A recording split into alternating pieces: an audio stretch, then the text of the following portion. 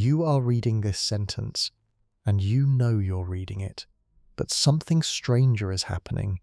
You know that you know. Right now, in this very moment, your mind is performing an impossible trick.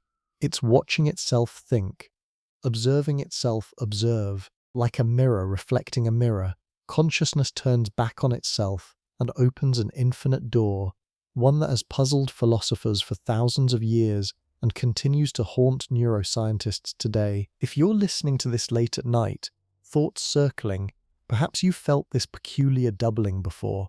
That sensation of standing slightly apart from your own experience, watching yourself worry, noticing yourself notice. It feels natural, even obvious, until you ask a simple question: who is doing the watching? This is where things become delightfully strange. Because if there's an observer inside your mind, watching your thoughts, then who's watching the observer? And who watches that watcher? The mind seems to recede infinitely inward, like nesting dolls with no final, smallest doll inside. Welcome to one of consciousness's deepest puzzles, the infinite regress problem.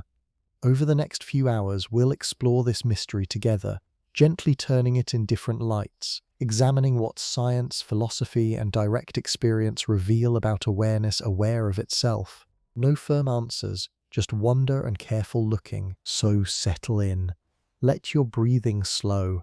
We're about to step through that infinite door. Your eye sits in your skull, gathering light from the world, translating photons into the experience of seeing.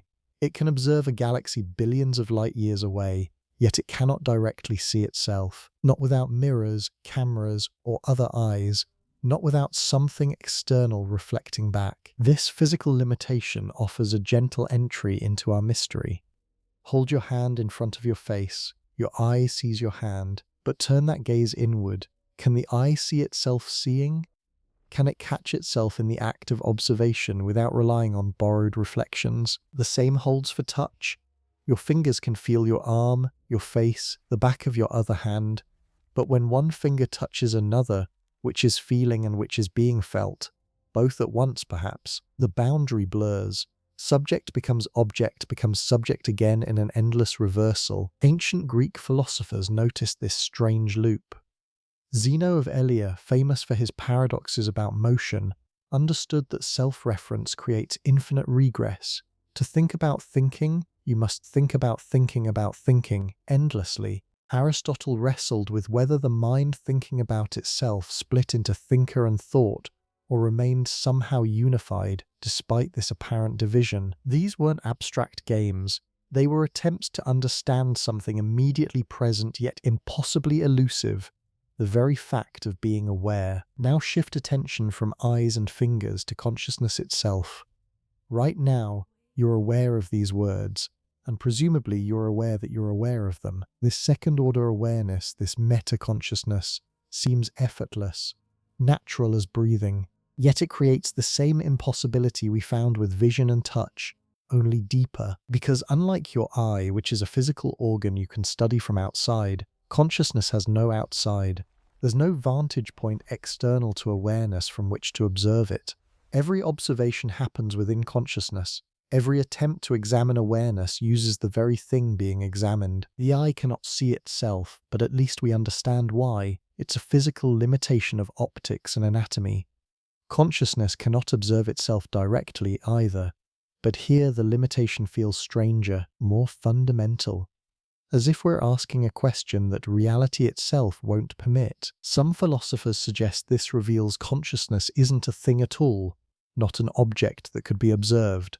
Instead, perhaps it's the space in which observation happens, the stage rather than the actor, the light by which everything else is illuminated, but which itself cannot be lit from without. Others argue we're simply using the wrong tools, like trying to cut a knife with itself. The regress appears because we're applying object-based thinking to something that isn't an object. But then what is it? Neuroscientists have mapped the brain with exquisite detail. They've traced how scattered neural firings in different regions, visual cortex processing shapes, auditory cortex parsing sounds, frontal lobes weighing decisions, somehow coalesce into a unified experience. You don't perceive fragments, You experience a seamless whole, a theatre of consciousness where everything appears together on one stage, yet nowhere in the brain's architecture is there a central viewing chamber.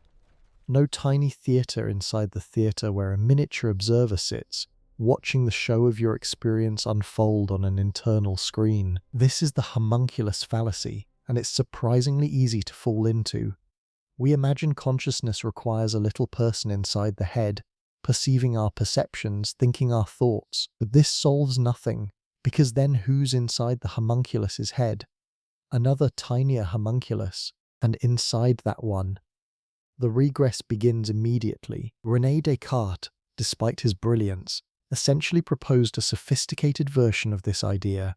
He placed the soul in the pineal gland, a small structure deep in the brain where it somehow interfaced with physical matter. The pineal gland received sensory information and presented it to the immaterial mind. But this just relocated the mystery. How does the immaterial mind perceive what the pineal gland presents? Does it have its own internal observer? Modern neuroscience has abandoned the homunculus, but the problem remains. Distributed neural networks generate conscious experience through patterns of synchronized firing, recursive feedback loops, and emergent properties we're still struggling to fully characterize. Yet the subjective sense of unity persists. There's no you sitting in a control room behind your eyes. The control room is empty, or rather, the control room is everywhere and nowhere at once. Daniel Dennett has argued that the homunculus fallacy reveals a fundamental confusion about consciousness. We keep looking for a central observer because our language and intuition demand one. Subjects need objects. Observers need observed, but consciousness might not work that way. Perhaps it's a process without a processor, an observing with no observer seated at the center. Still, this feels unsatisfying, because right now, reading this, there's an undeniable sense of someone experiencing these words, a felt presence of subjectivity. Even if neuroscience can't find that someone anatomically, the experience of being that someone remains intensely vivid and immediate. This is where the regress cuts deepest, not as an abstract logical puzzle, but as a lived paradox. You exist as both the entire system, the full theatre of experience, and as something that seems to observe that system, both the play and the audience. And when you try to locate which is truly you, the boundaries dissolve. The brain constructs unity from multiplicity. But who experiences that unity? The brain observing itself? Then who observes the brain observing? The question spirals, and neuroscience, for all its remarkable progress, still hasn't found the ground floor where the spiral stops. Step back from consciousness for a moment. Recursion appears throughout nature, weaving patterns that reference themselves in endlessly intricate ways. Consider a coastline. Measure it from a satellite, and you get one length. Measure closer, accounting for every inlet and peninsula, and the length increases. Zoom further, tracing every rock outcropping, and it grows longer still, down to individual pebbles, grains of sand, eventually molecules. Each new scale reveals more detail, more convolution. The coastline's length approaches infinity as measurement precision increases. A fractal, a pattern that repeats at every scale, each zoom revealing the same essential structure, reflected in finer and finer iterations. This isn't unique to geography. Broccoli florets branch into smaller florets that branch into smaller florets. Trees divide into limbs, into branches, into twigs, each division echoing the whole. Clouds form from turbulent air currents that create smaller turbulent currents that create smaller ones still. Nature seems fond of this trick, patterns that contain themselves, references that spiral inward or outward without obvious endpoint. In mathematics, recursion becomes explicit. A recursive function calls itself within its own definition.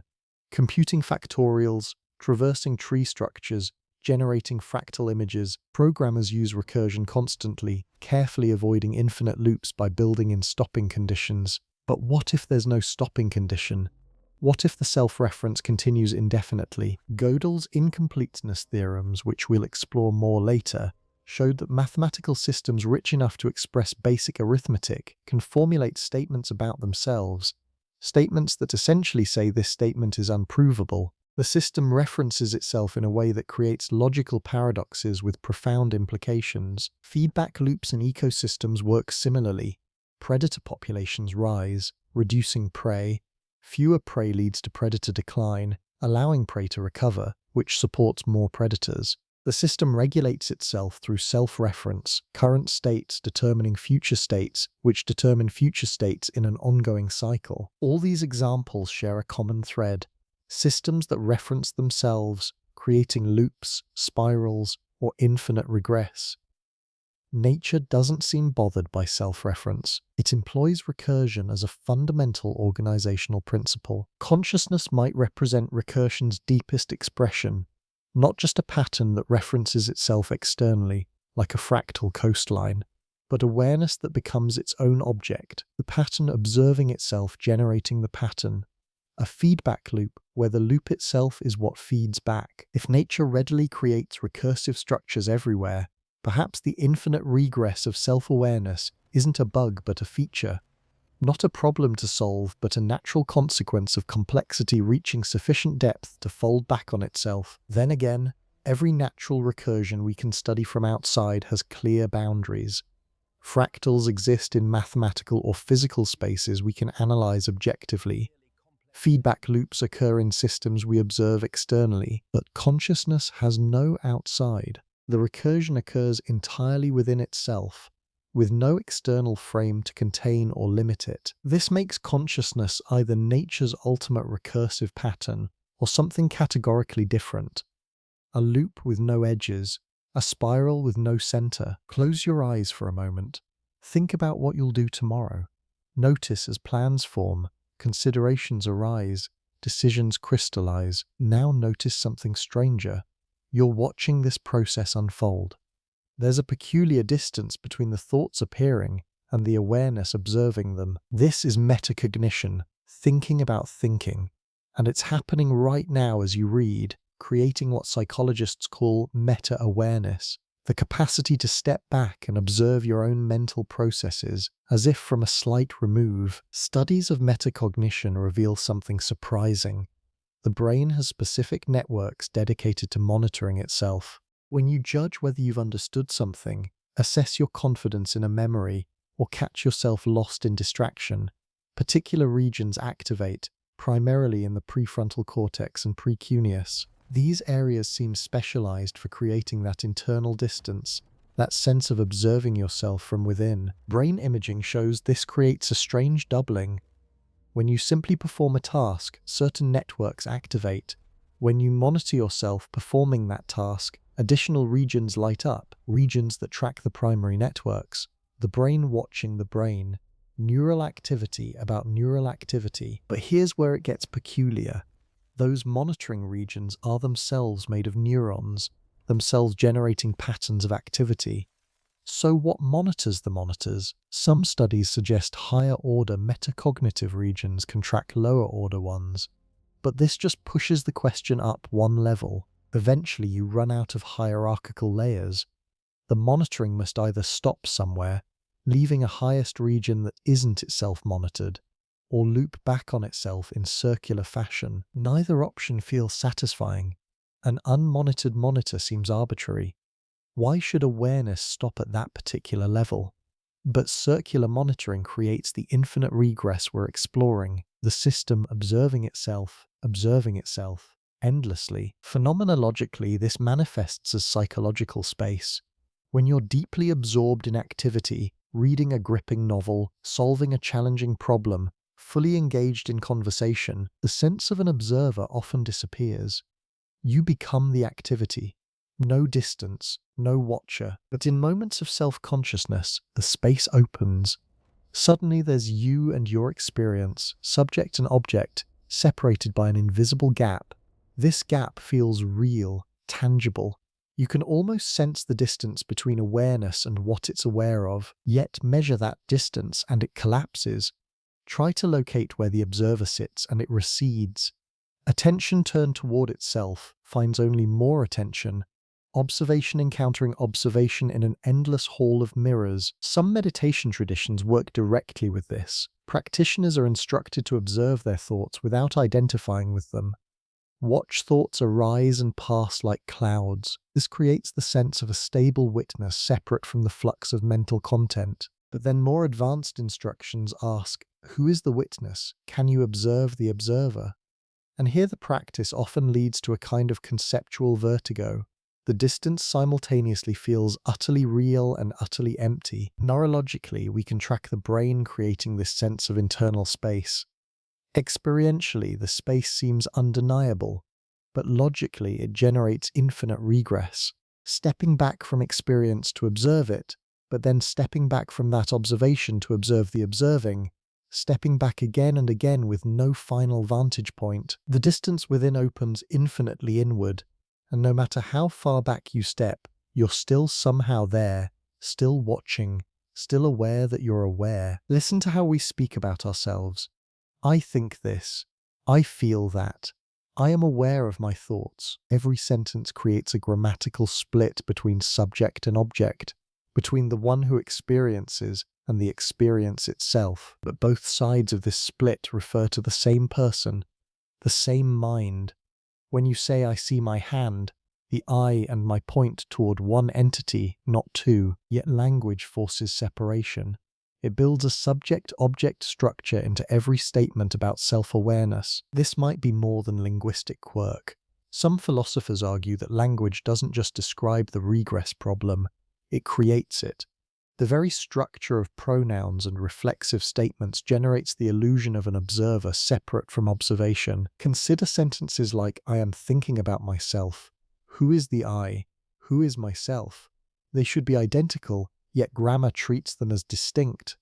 The first is actor, the second object, and this grammatical pattern might subtly convince us there's an actual division within consciousness, a watcher and a watched that are somehow both and neither the same. Linguistic relativity, the hypothesis that language shapes thought, suggests our mother tongue's structure influences how we conceptualize reality.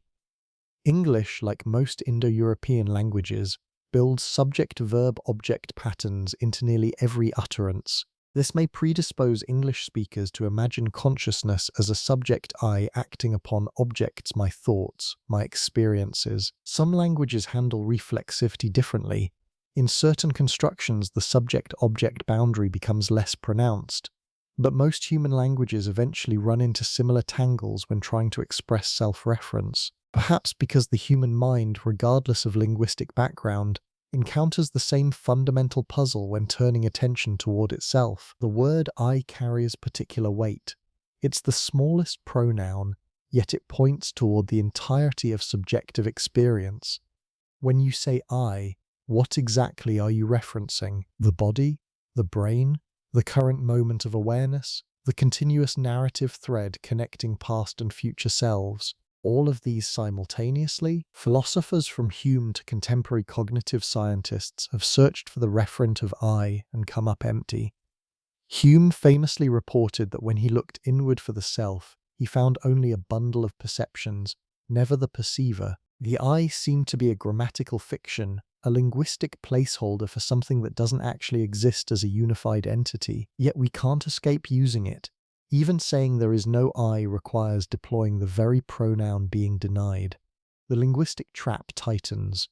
We need self-referential language to think about thinking, but that language may create the very problem we're trying to solve. This doesn't mean the infinite regress is merely verbal confusion.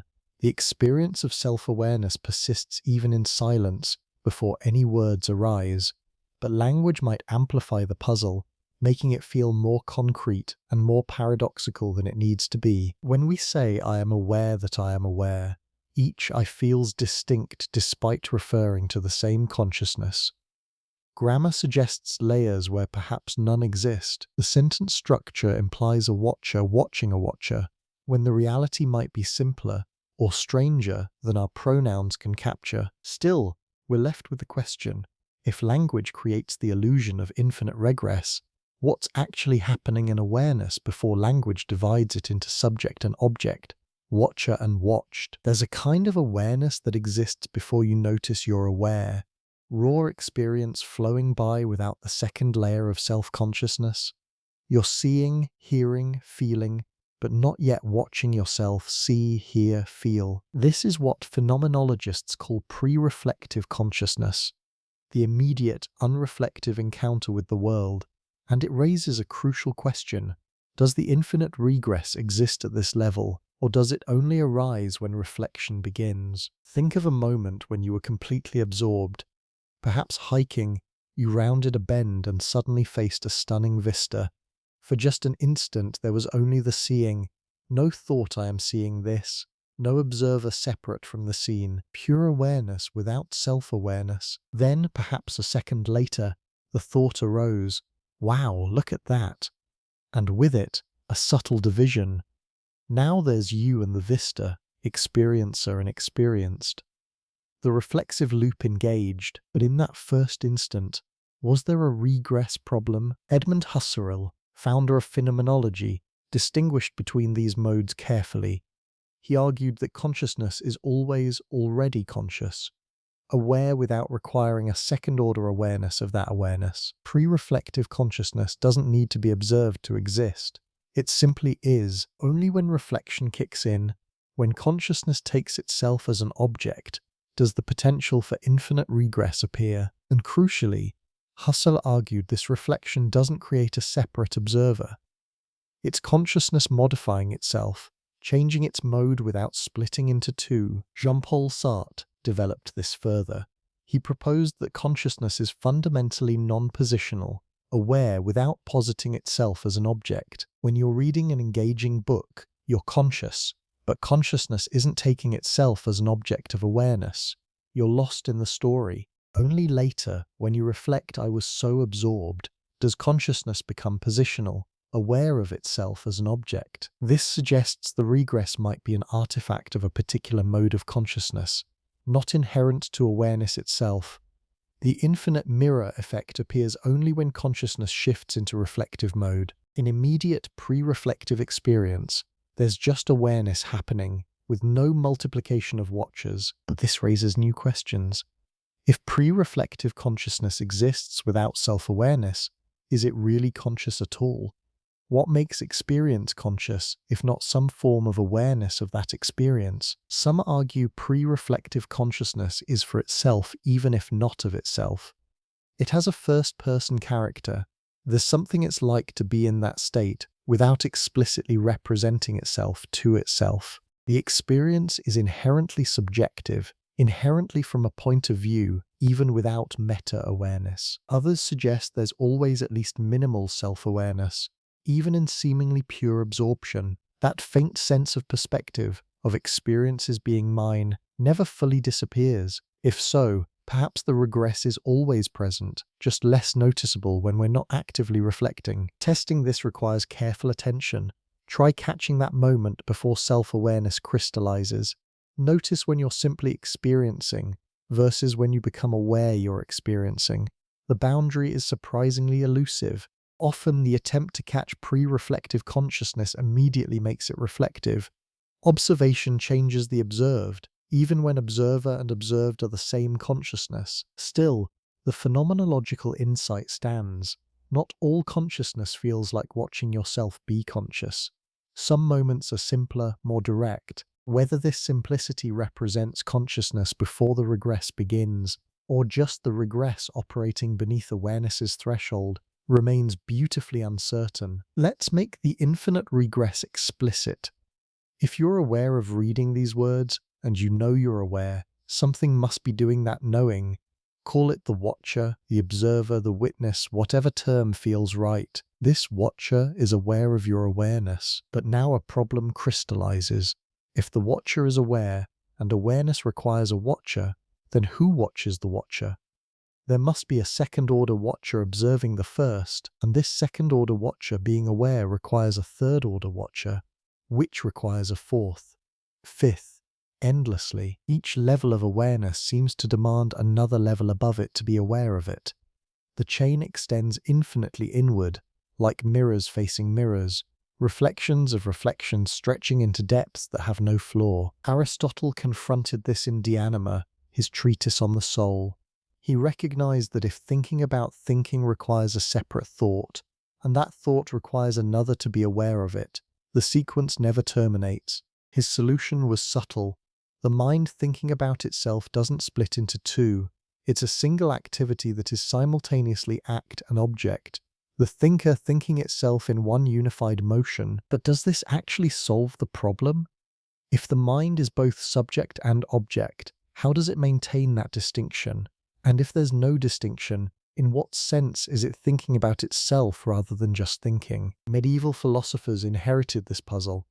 Thomas Aquinas, following Aristotle, argued that divine consciousness, God's mind, grasps itself immediately and completely in a single eternal act, with no regress, but human consciousness, being finite and temporal, achieves only partial self-knowledge, always mediated by concepts and language. Perhaps our regress stems from this limitation. We can never grasp ourselves fully in one act, so we perpetually seek another vantage point, another level of reflection. Fast forward to the 20th century. Gilbert Ryle, in The Concept of Mind, attacked what he called the systematic elusiveness of I. Every time you try to catch yourself being conscious, the I doing the catching slips away. Ryle suggested this shows we're asking a malformed question. Consciousness isn't a thing that can be caught or observed. It's a category mistake to treat awareness as if it were an object available for inspection. But this still leaves us with the phenomenology. Whatever category mistakes we might be making, the experience of observing ourselves thinking feels utterly real. Ryle explaining it away doesn't dissolve the lived sense of recursive awareness. More recently, philosophers have formalized the regress with precision. If awareness at level n requires awareness at level n plus 1, and this requirement holds for all n, then either consciousness involves literally infinite levels, an infinite regress, or the principle that awareness requires a higher order awareness must be false at some level. Neither option is comfortable. Infinite levels seem metaphysically extravagant, perhaps impossible, but denying the principle means accepting that at some level, awareness exists without being aware, which contradicts the intuition that consciousness is inherently self-aware. So we're stuck. The regress emerges with logical force from seemingly innocent premises. Awareness requires a watcher. Watchers are aware. Aware watchers require watchers. Each step follows naturally, yet the conclusion, infinite regress, seems untenable. This is where philosophy earns its keep, not by solving the problem tidily, but by revealing how deep it runs. The infinite regress isn't a puzzle to solve with cleverness. It's a structural feature of how consciousness relates to itself, pointing towards something fundamentally strange about the nature of self-awareness. So we've established the regress. Now comes the harder question. Does this reveal consciousness genuinely has infinite depth, or does it show our model of consciousness is fundamentally wrong? Some philosophers bite the bullet and embrace infinite regress. Yes, they say, consciousness really does have layers all the way down, but these aren't layers in time. You don't consciously climb them sequentially. Instead, they exist simultaneously like mathematical infinities. An infinite set can exist as a complete whole even though it has no final member. This moves the problem into strange territory. If consciousness contains infinite levels of meta-awareness all present at once, what does that mean for the structure of mind? Are all these levels phenomenologically real, or are most operating beneath conscious access, known only through inference? When you think I'm aware, are you experiencing two levels or infinitely many? It feels like just two, or maybe three if you think I'm aware. But the logic suggests if two levels exist, all levels must exist. Perhaps our subjective access is limited, allowing us to notice only the first few levels while the rest cascade beneath awareness. This resembles certain interpretations of quantum mechanics, where infinite possible states exist in superposition, but we experience only one upon measurement. Maybe consciousness contains infinite potential levels of self-reference, but attention collapses them into a finite experienced number. Others argue the regress itself reveals our conceptual framework is broken. We're modeling consciousness wrong from the start. The assumption that awareness requires a separate watcher might be the error. What if awareness doesn't work that way? Consider how vision works. Light strikes your retina, triggering neural signals, eventually producing visual experience. There's no miniature eye inside your brain watching an internal movie screen. The visual system just processes light into experience directly. No observer needed beyond the process itself. Similarly, maybe awareness doesn't require a watcher. Maybe it's a process that occurs, generating the subjective character of experience without needing something separate to observe that character. Consciousness as verb rather than noun, experiencing rather than experiencer. This dissolves the regress by denying its foundational premise. If there's no watcher, there's no infinite chain of watchers watching watchers, just awareness happening, folding back on itself perhaps, but not requiring endless meta levels. But this raises a different puzzle. The felt sense of being a subject, an I to whom experiences happen, seems undeniable. If that's an illusion, it's an incredibly compelling one, and even illusions must be experienced by something. So we're back to needing an experiencer, which regenerates the regress. Another approach. Maybe the regress does go infinite, but terminates in something categorically different. Like infinite mathematical series can sum to finite values. Perhaps infinite levels of awareness converge on a unified consciousness. Each level adds less and less phenomenologically, approaching a limit that is just awareness itself, simple, indivisible, complete. This has a mystical flavor. The infinite regress as a ladder we climb until we realize we've been on solid ground all along. The search for the final watcher ending in the recognition that pure awareness needs no watcher because it simply is. Or perhaps consciousness has no ground floor, not because it goes infinitely deep, but because the question what grounds awareness is itself misguided. Like asking what's north of the North Pole, not an infinite regress, not a final foundation, but a question that doesn't apply once you've reached a certain point. None of these solutions feel complete. The infinite regress remains deeply puzzling, resistant to resolution whether we embrace it or try to escape it. Picture yourself looking at a painting. The canvas contains the image, trees perhaps, or a portrait. Now imagine the painting somehow contained an image of itself within itself, a recursive picture showing itself being shown. Strange but possible with mirrors or representational tricks. Now imagine the frame around the painting also appearing within the painting, and the wall the painting hangs on, and the room containing the wall. At some point, the painting would need to contain the totality of its own context, including itself. Impossible physically, yet something consciousness seems to accomplish. Because your field of awareness contains everything you're currently experiencing, these words, ambient sounds, the feeling of your body, but it also somehow contains itself.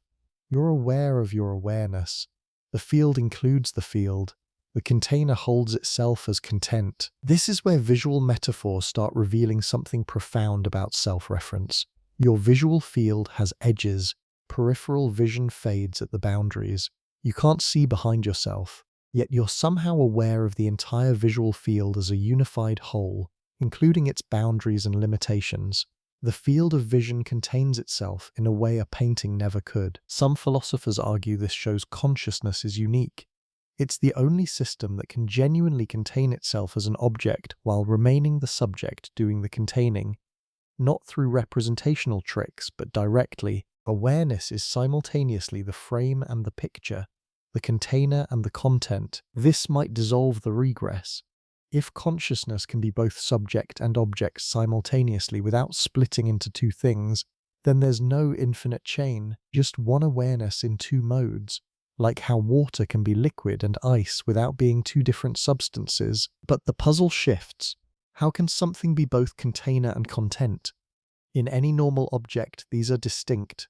A box contains books but isn't itself a book. A screen displays images but isn't itself the image. The container and content occupy different logical categories. Yet with consciousness, this categorical distinction collapses. The awareness of reading these words is both the container, the general field of consciousness, and content, a specific object of awareness when you reflect on it. The boundary between frame and picture keeps dissolving. Visual perception offers analogies. The visual field contains objects, chairs, trees, faces, but it also contains itself in a sense. The entire visual manifold is present to awareness as a unified field. You see objects within a space of seeing that itself is somehow part of what's seen. This doesn't create infinite regress because the visual field doesn't split into watcher and watched. It's just the spatial structure of seeing, containing objects including, in reflective moments, the sense of the visual field itself. Extending this to consciousness generally, maybe awareness is like space. Space contains objects but also contains itself. Space is spatial. You don't need a metaspace containing space. Similarly, consciousness might be inherently self-containing, aware of content including, when attention turns inward, awareness itself. No infinite regress required. Still, there's something unique about consciousness that spatial analogies can't fully capture. Space doesn't know it's space. The visual field doesn't observe itself being a field. But consciousness does seem to have this strange capacity for self-knowledge that goes beyond merely containing itself. When you're aware, there's a knowing involved that seems to require explanation. Not just self-containing like space, but self-knowing. And knowledge typically requires a knower and something known. Even when they're the same thing, the relationship seems to generate the distinction, and with it the potential for regress. Perhaps consciousness is fundamentally paradoxical in this way. Neither fully self-contained nor genuinely regressive, both frame and picture, yet neither. The mystery remaining irreducible no matter how we model it. In 1931, Kurt Gödel proved something that shook the foundations of mathematics. He showed that any formal system complex enough to express basic arithmetic contains statements that reference themselves in ways that can't be proven or disproven within the system. The most famous example. This statement is unprovable. If it's true, then it's unprovable, just as it claims, meaning the system can't prove all truths. If it's false, then it is provable, but that would make it a provable falsehood, meaning the system is inconsistent. Either way, the system has fundamental limitations. What Gödel discovered was that sufficiently complex mathematical systems can make statements about themselves. They possess self-reference, and this self-reference reveals inherent boundaries to what the system can accomplish. Douglas Hofstadter, in Gödel, Escher, Bach, explored how self-reference creates strange loops, hierarchical systems where moving through levels returns you to where you started, like Escher's drawings of hands drawing themselves, or staircases that climb endlessly yet loop back to their beginning. Consciousness might be the ultimate strange loop. Awareness aware of awareness creates a hierarchy that curves back on itself. You climb from experience to meta-experience to meta-meta-experience, only to find you've circled back to simple awareness again. Gödel's theorems suggest self-referential systems encounter necessary limits. They can't be both complete and consistent. They can't prove everything within themselves about themselves. There's always something they can express but not resolve. Perhaps consciousness faces similar structural limits. It can be aware of itself, but this self-awareness necessarily encounters boundaries. Complete self-knowledge might be impossible not due to practical limitations, but due to the logical structure of self-reference itself. When you try to fully observe your own consciousness, you face Gödelian incompleteness. The observer modifies the observed. The attempt to capture all of consciousness within consciousness changes what's being captured. There's always something left out, the current act of observation itself. This doesn't mean consciousness is incoherent, just necessarily incomplete in self-knowledge, like mathematical systems that work perfectly well despite being unable to prove all truths about themselves. Consciousness functions reliably even though complete self-transparency remains impossible. The infinite regress might be another manifestation of this. If consciousness could fully grasp itself in one reflexive act, with no remainder, no further levels needed, that would be completion. But self-reference prevents completion. Each level of awareness opens another level, not because infinite levels actually exist, but because the structure of self-reference generates this opening endlessly. Mathematical self-reference also reveals something beautiful. Incompleteness isn't failure, it's a feature of richness. Systems too simple to reference themselves avoid Gödelian limits. but they're also too limited for interesting mathematics. The price of self-reference is incompleteness, but the reward is depth. Similarly, consciousness's inability to fully grasp itself might not be a flaw, but a consequence of its sophistication. Only something sufficiently complex can even attempt self-awareness, and that very complexity ensures complete self-transparency remains forever just beyond reach. This offers a kind of peace with the regress. We're not failing to solve a solvable problem. We're encountering a structural feature of reality.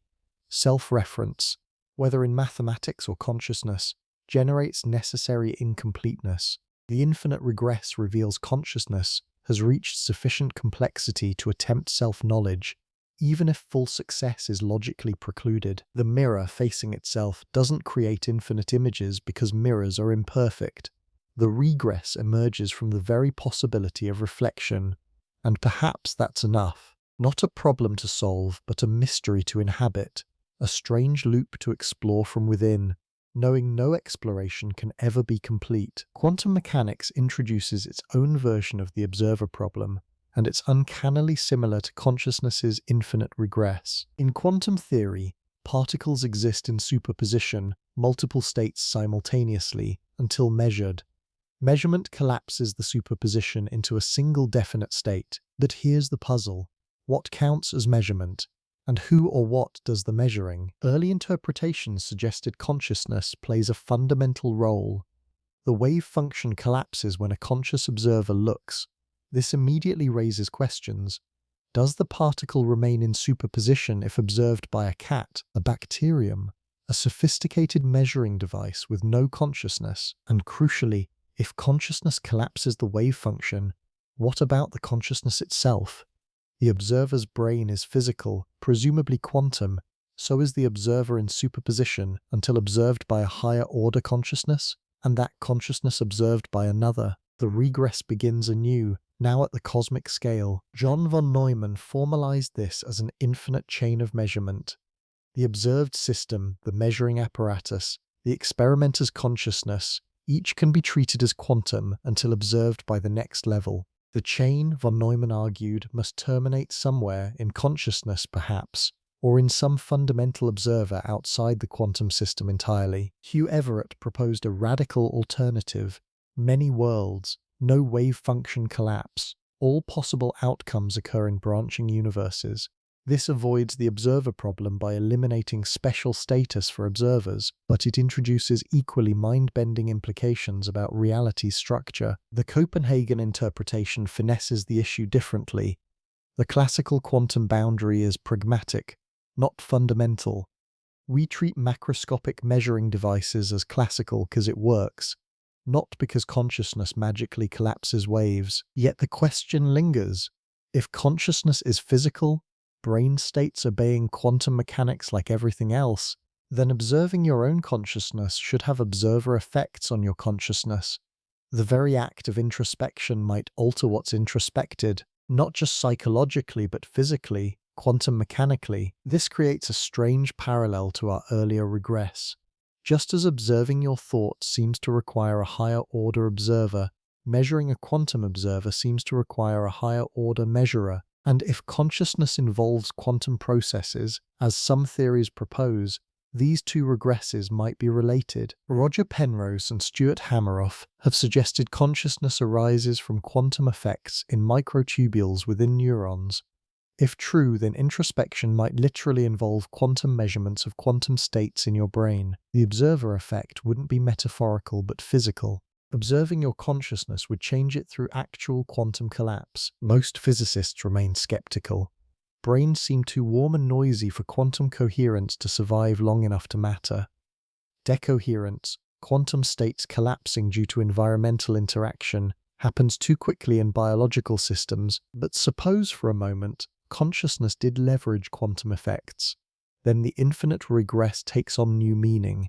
Each level of self-awareness might involve quantum measurements of the previous level, collapsing superpositions, selecting among possibilities, and this process could continue indefinitely, each observation setting up new superpositions to be observed. Does the universe observe itself into existence through consciousness? Some interpretations of the anthropic principle suggest observers are necessary for reality to be definite. Wheeler's participatory universe proposes observation doesn't just collapse wave functions, it participates in creating the cosmos. This borders on mysticism, and most physicists are uncomfortable here. But the quantum measurement problem remains unsolved after a century, and its structural similarity to consciousness's self-reference problem is striking. Both involve observers that can't be fully separated from what they observe. Both generate potential infinite regress when the observer tries to account for itself. Perhaps these aren't separate puzzles, but different faces of one deep mystery about observation, consciousness, and reality's fundamental nature. While Western philosophy tangled with infinite regress logically, Eastern contemplative traditions approached it experientially. Through meditation, Buddhist practice often begins with mindfulness, observing thoughts, sensations, emotions as they arise and pass. This naturally creates the sense of a witness, stable awareness watching the flux of experience. You're not your thoughts, you're the one watching thoughts. Not your emotions, the one aware of emotions. A clear subject-object division. This feels liberating initially. Identification with mental content loosens. Thoughts become objects in awareness rather than what you are.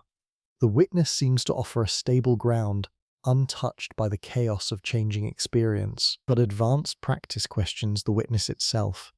Who is watching? Turn attention toward the watcher.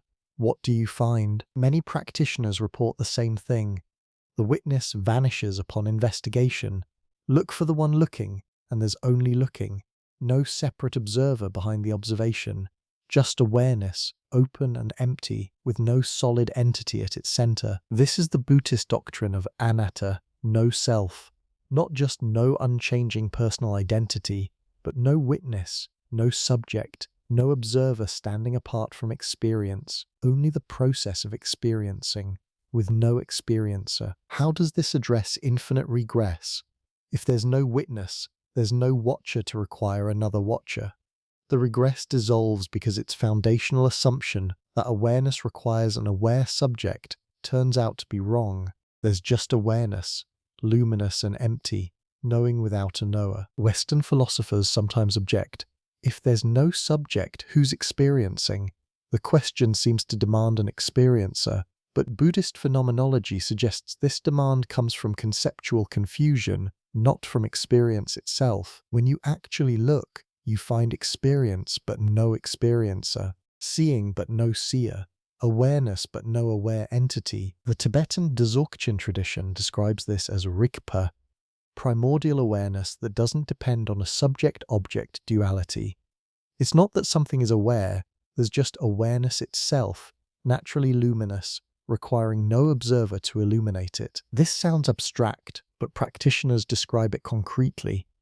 In deep meditation, the sense of being a separate self-watching experience can completely dissolve, yet awareness continues, often more vividly than before. Thoughts arise in awareness, sensations occur, but with no sense of anyone to whom they're happening.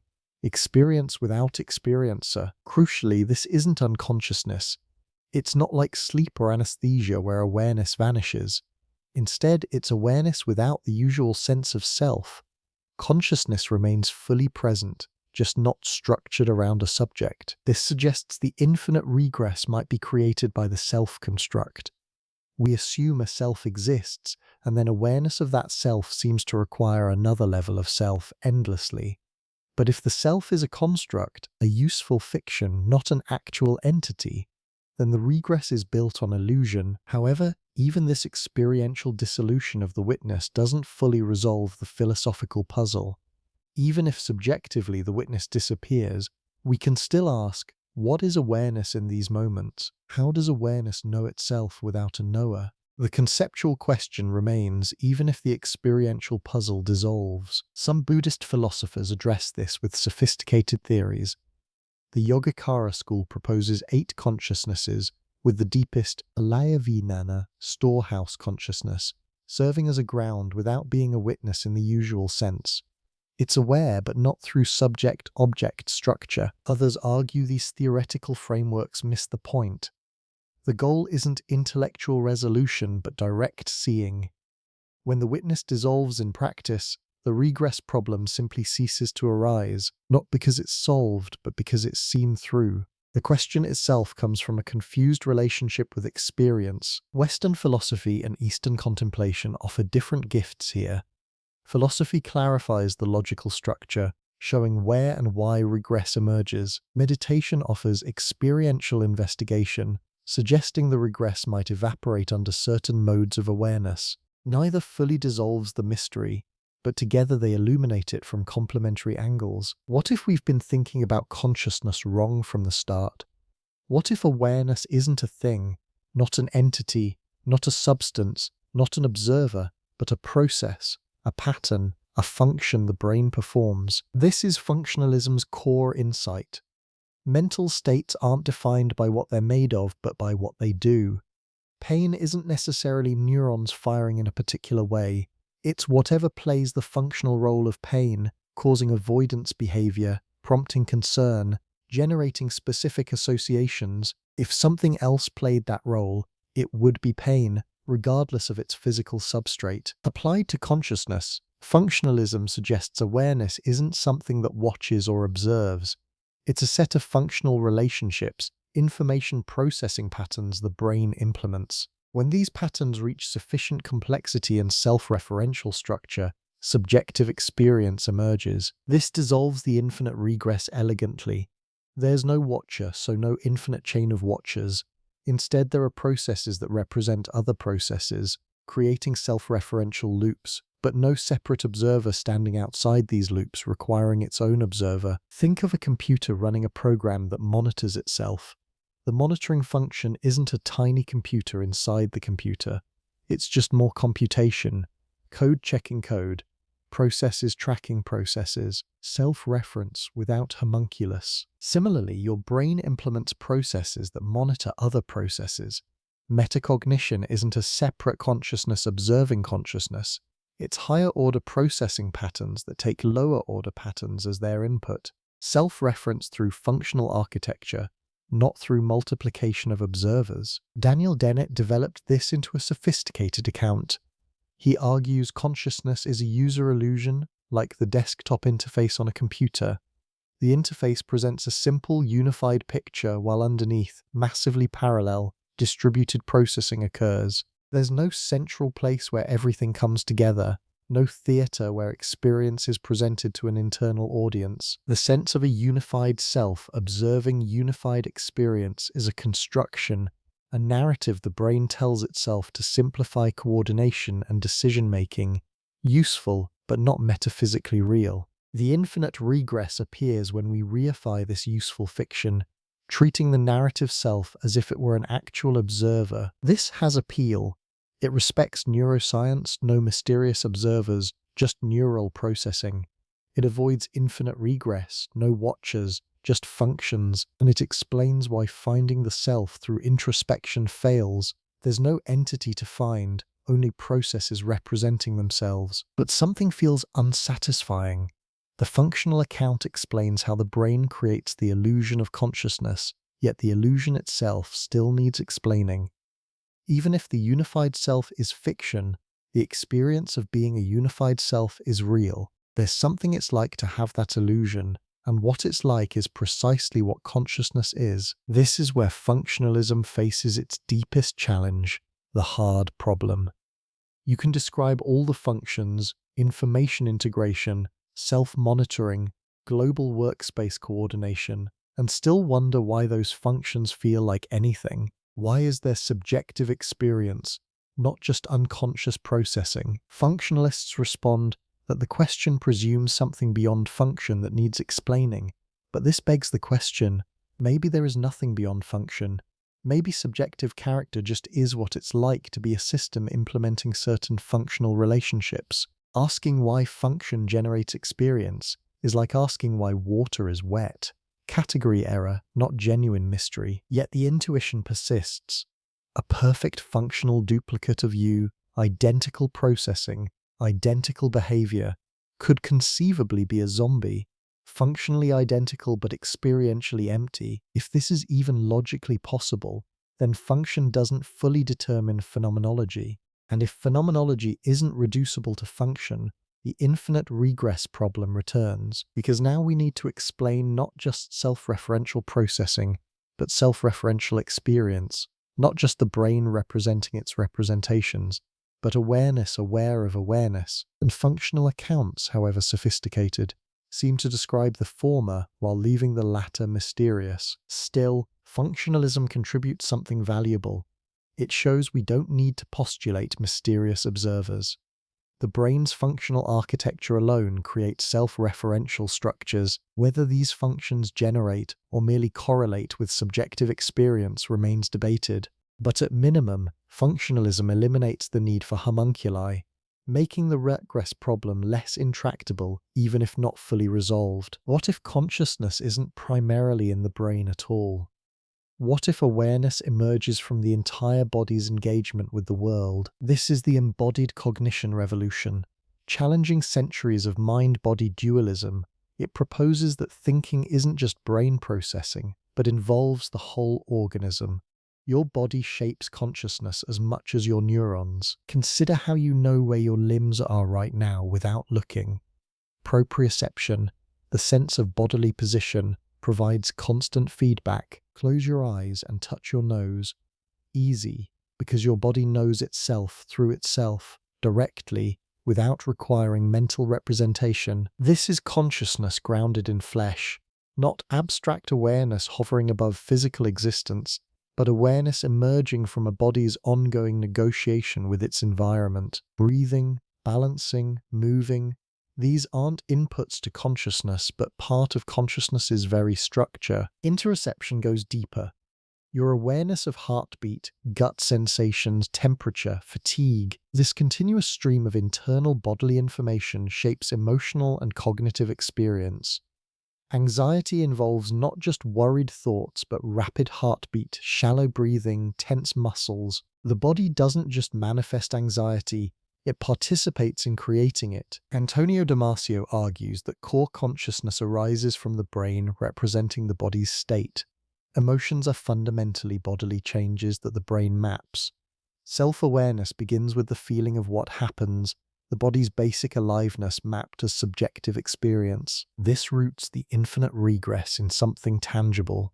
The watcher might be the body's self-sensing, its proprioceptive and interoceptive awareness. Not a separate mental observer, but flesh aware of itself through nervous system feedback. But does this solve the regress or relocate it?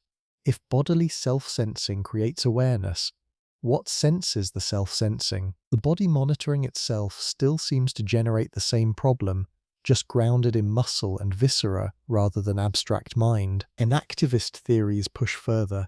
They argue consciousness isn't representation, brain modeling world or body, but enactment, the organism's active engagement with environment. Awareness is what it's like to be a system continuously maintaining itself through interaction with surroundings. A simple example, walking. You don't consciously plan each step. The body handles balance and rhythm through sensory motor loops. Leg moves, foot touches ground, pressure sensors feed back, adjustments occur automatically. Consciousness arises from this doing, not from observing the doing. Scale this up. All cognition might work similarly, active engagement rather than passive observation. Thinking is manipulating concepts like hands manipulate objects. Understanding is skillful doing, not mental picturing. And self-awareness is the body's ongoing project of maintaining coherence, felt from the inside. This shifts the regress question. Instead of asking who watches the watcher, ask what maintains the maintainer. And perhaps the answer is simpler than infinite regress. The body maintains itself through evolved, self-organizing processes. No external observer needed. Self-maintenance is self-awareness, yet something elusive remains. Even grounded in bodily processes, there's still phenomenology, what it feels like to be a body sensing itself. And this felt quality seems to require explanation beyond functional self-maintenance. You can describe all the sensorimotor loops, proprioceptive feedback, autonomic regulation, and still wonder, why does this feel like anything? Why is there an experiential dimension to bodily self-sensing? Embodiment grounds consciousness in something physical, which helps. It avoids dualism's mysteries, but it doesn't eliminate the hard problem or fully resolve the regress. The body aware of itself still faces the question, aware through what? Through more body? Then that body's awareness needs explaining. The regress retreats into flesh but doesn't disappear. Still, embodied approaches contribute crucial insight. Consciousness might not be solvable through brain alone.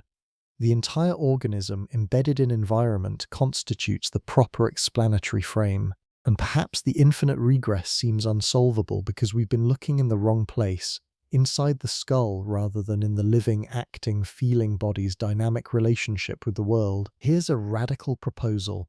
What if phenomenal consciousness, the subjective, qualitative feel of experience, doesn't actually exist? What if it's an illusion, and a successful illusion at that, making us believe we have rich inner experiences when really we don't? This is illusionism, and it sounds absurd initially.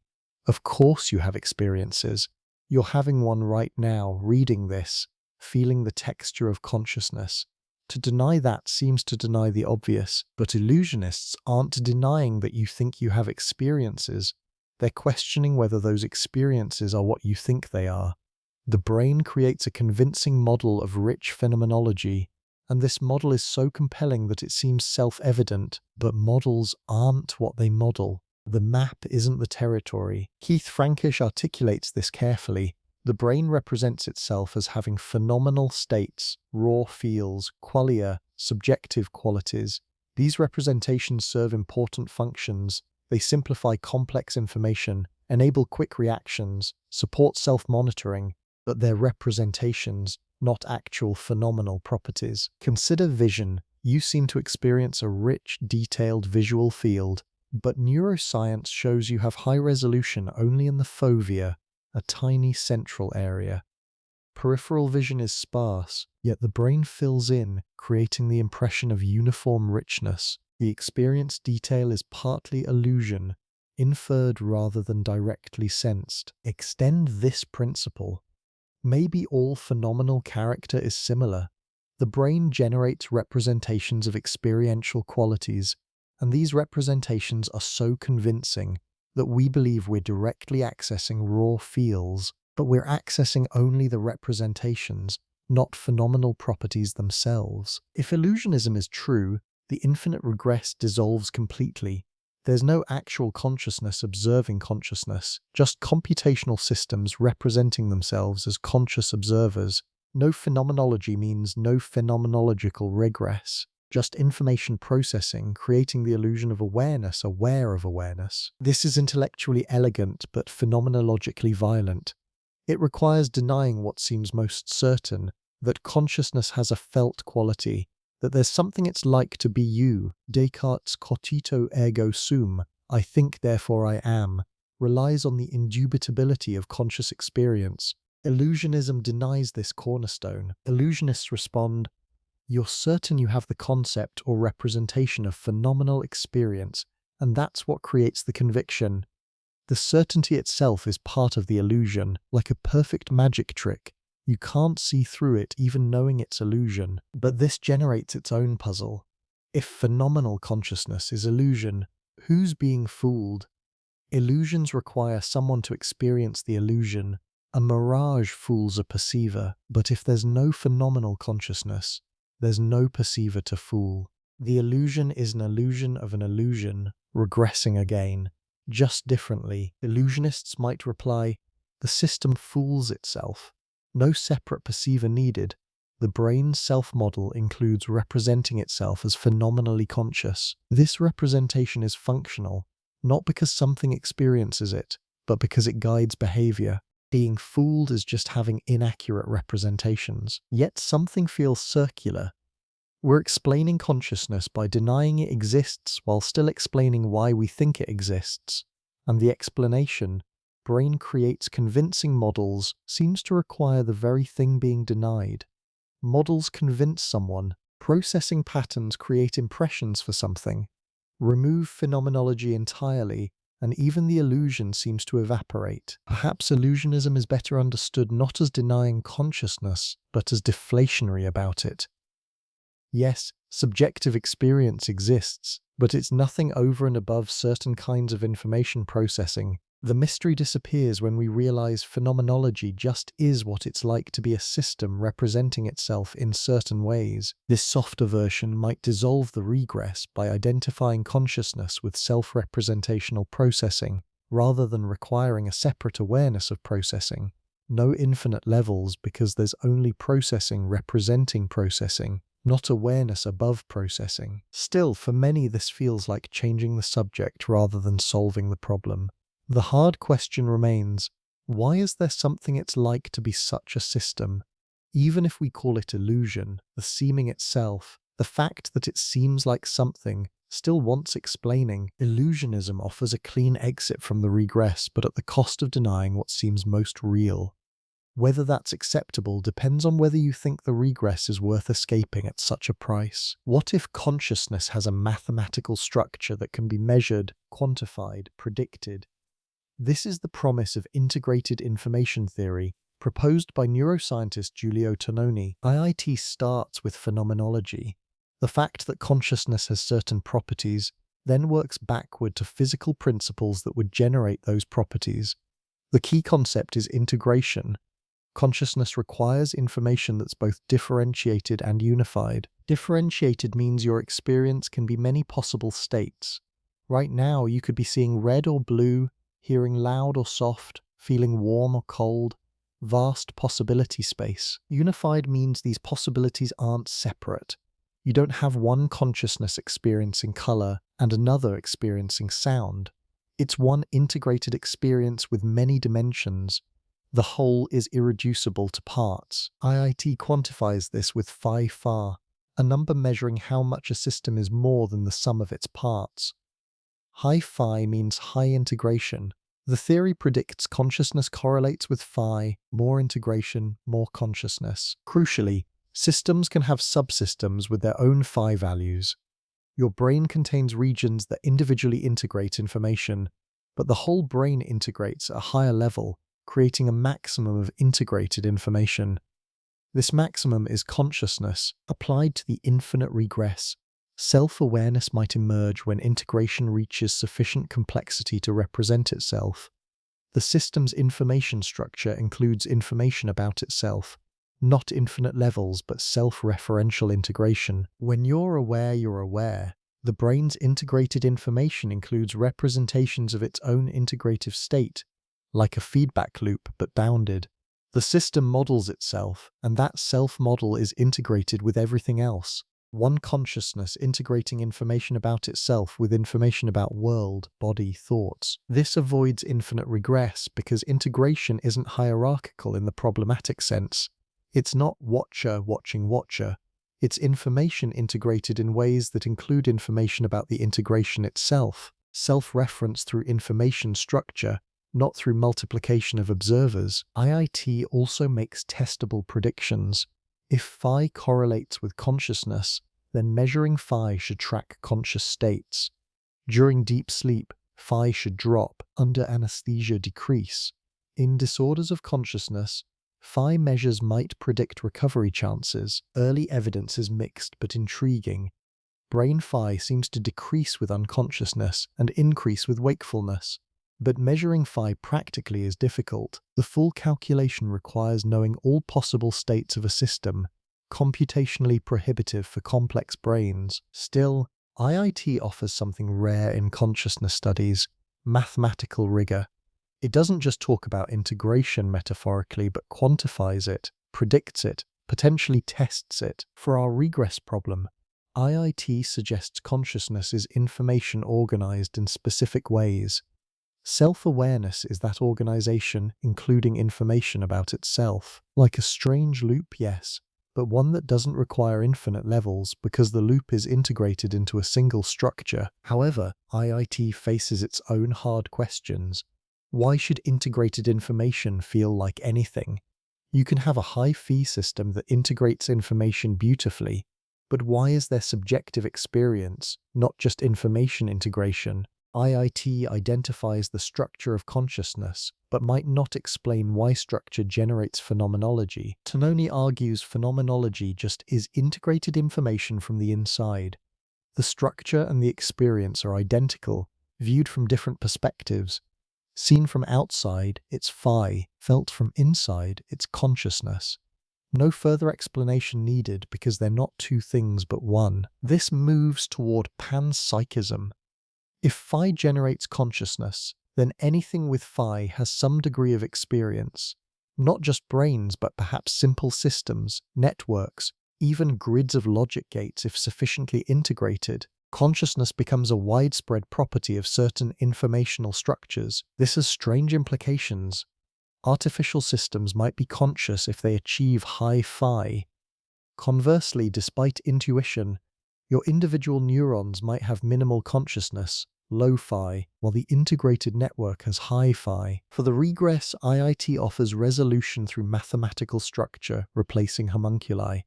But whether this truly explains self-awareness or merely describes its informational correlates remains debated. The felt sense of awareness, aware of awareness, might still exceed what mathematical integration alone can capture, even if we solve the infinite regress mechanistically through functionalism, embodiment, illusionism, or integrated information. A deeper mystery remains. This is David Chalmers' hard problem of consciousness, and it cuts beneath every attempted solution. The easy problems of consciousness, though scientifically difficult, are tractable in principle. How does the brain process sensory information? How does it integrate data, control behavior, generate reports about internal states? These are problems about mechanism, function, structure. Science can eventually answer them. The hard problem is different. Why is there subjective experience at all? Why doesn't information processing happen in the dark, without any felt quality? You could imagine a universe physically identical to ours where everything functions the same. Brains process, bodies act, words get spoken, but nobody's home. No inner light of consciousness. Philosophical zombies. Functionally indistinguishable from conscious beings, but experientially empty. Whether zombies are genuinely conceivable is debated, but even the conceptual possibility points toward the hard problem. No functional description seems to logically entail phenomenology. The explanatory gap yawns. How do physical processes, neurons firing, information integrating, generate subjective experience? This gap swallows all regress solutions. Functionalism says consciousness is function, but why do functions feel like something? Embodiment grounds awareness in bodily processes, but why is bodily self-sensing felt, rather than unconscious? Illusionism denies phenomenology, but the illusion itself has phenomenal character. IIT quantifies integration, but why is integration experienced? Each theory addresses how consciousness works, its structure, function, neural basis. None clearly explains why consciousness exists as subjective experience rather than as unconscious processing. Return to self-awareness. Suppose we solve the infinite regress. We explain how the brain creates self-referential representations, how functional loops allow monitoring of monitoring, how integrated information includes information about itself. We've answered the how question. But why is any of this felt? Why is there an experience of being a self that watches itself? Mechanical self-reference alone doesn't seem to demand phenomenology. A computer can have self-referential programs without being conscious. So what makes brains different? Some philosophers argue nothing does. Consciousness is more widespread than we assume. Panpsychism again. Information integration, self-reference, or even simpler properties might generate minimal experience everywhere. Brains just have complex, rich consciousness. Thermostats have simple, impoverished consciousness. This feels like multiplying mysteries rather than solving them. Now we need to explain not just human consciousness, but universal consciousness. And if everything is conscious, why does it seem like most things aren't? Others propose consciousness is emergent, a qualitative novelty arising from complex organization, like how liquidity emerges from H2O molecules without any individual molecule being liquid. Phenomenology emerges from neural complexity without any neuron being phenomenal, but emergence typically involves new functional properties, not subjective qualities. Water's liquidity is still fully explicable through physics. Consciousness's subjectivity seems categorically different. Something additional to function that function alone can't explain. Perhaps we're asking the wrong question. Asking why physical processes generate consciousness might be like asking why numbers are abstract, or why logic is logical. Some properties are fundamental, irreducible to anything else. Phenomenology might be such a property, brute fact requiring no further explanation. This is Mysterianism in a mild form. Consciousness exists. It's correlated with certain physical processes, but the correlation isn't further explicable, not because we're too limited strong Mysterianism, but because some things just are what they are. Or maybe the hard problem reveals physics is incomplete. Physicalism assumes physical properties, mass, charge, spin, position, are fundamental. But perhaps phenomenal properties are equally fundamental. Consciousness isn't generated by physics but is part of physics, a basic feature woven into reality's fabric. This doesn't solve the regress but places it in broader context. Even resolving how awareness watches itself mechanically leaves untouched why that mechanical process feels like anything. The infinite regress and the hard problem are distinct puzzles, though both point toward the same strange fact. Consciousness knows itself from within, and this internal knowing seems irreducible to external description. Who are you? Not just now, in this moment, but across time. The person reading this shares continuity with the child you once were, the teenager navigating uncertainty, the adult handling yesterday's challenges, yet every cell in your body has been replaced. Your beliefs, preferences, memories have shifted. What remains? Perhaps only a story. A narrative you tell yourself about yourself, connecting past to present to future in coherent arc. I am someone who, and the sentence completes with history, character, trajectory, the self as autobiography, constantly revised but maintaining thematic consistency. This narrative is deeply recursive. You remember remembering. When you recall childhood, you're often recalling previous recalls, the last time you thought about that summer day, which itself was a memory of the time before. Memories of memories of memories, each recollection subtly altering what it remembers. Similarly with anticipation, you imagine imagining your future. Planning tomorrow involves picturing yourself planning, predicting how that future self will think and choose. And that future self, when it arrives, will look back at this moment, remember you planning, creating another loop. The self, from this view, is a strange loop indeed. A story consciousness tells itself about itself, where both storyteller and protagonist are the same entity, each recursively referencing the other. I am both the narrator of my life and its central character, both writer and written. Philosopher Derek Parfit argued personal identity is ultimately incoherent. What we call the self is just psychological continuity, overlapping chains of memory, intention, character, but there's no additional entity, no essential I separate from these chains. The self is a useful fiction, binding together experiences that would otherwise be disconnected. This resonates with Buddhist anatta, no self. But Parfit's Western analytic version adds something. He showed that even granting continuity, problematic cases emerge. Suppose your brain were split, each hemisphere transplanted into a new body. Both resulting persons have your memories, personality, continuity. Which is you? Both? Neither? Either answer seems arbitrary, suggesting you wasn't a real thing to begin with. Or consider gradual change. Replace your neurons one by one with functionally identical chips. At what point do you cease to exist? No single replacement changes things dramatically, yet eventually none of your original biology remains. Did you survive? When did you end, if at all? These puzzles reveal the self's constructed nature. It's not a metaphysical fact, but a coherence we impose on flux, and this coherence is recursive. The sense of being a continuous self depends on remembering yourself as continuous, anticipating future continuity, creating a stable identity through narratives that reference themselves. The infinite regress appears here too. If the self is a story, who's the author? That author is also part of the story. The self includes an image of itself as narrator, but then the narrator needs explaining, requiring another level. The self telling stories about the self telling stories, without firm ground. Yet this doesn't dissolve personal identity entirely. Even if constructed, the self functions. It coordinates behavior, maintains relationships, supports moral responsibility. The recursion might not need resolution because it's not malfunction, it's how narrative identity works. The self is a self-creating, self-sustaining story, and strange loops are its natural structure. Embracing this is oddly liberating. If you're not a fixed entity but an ongoing process, change becomes less threatening.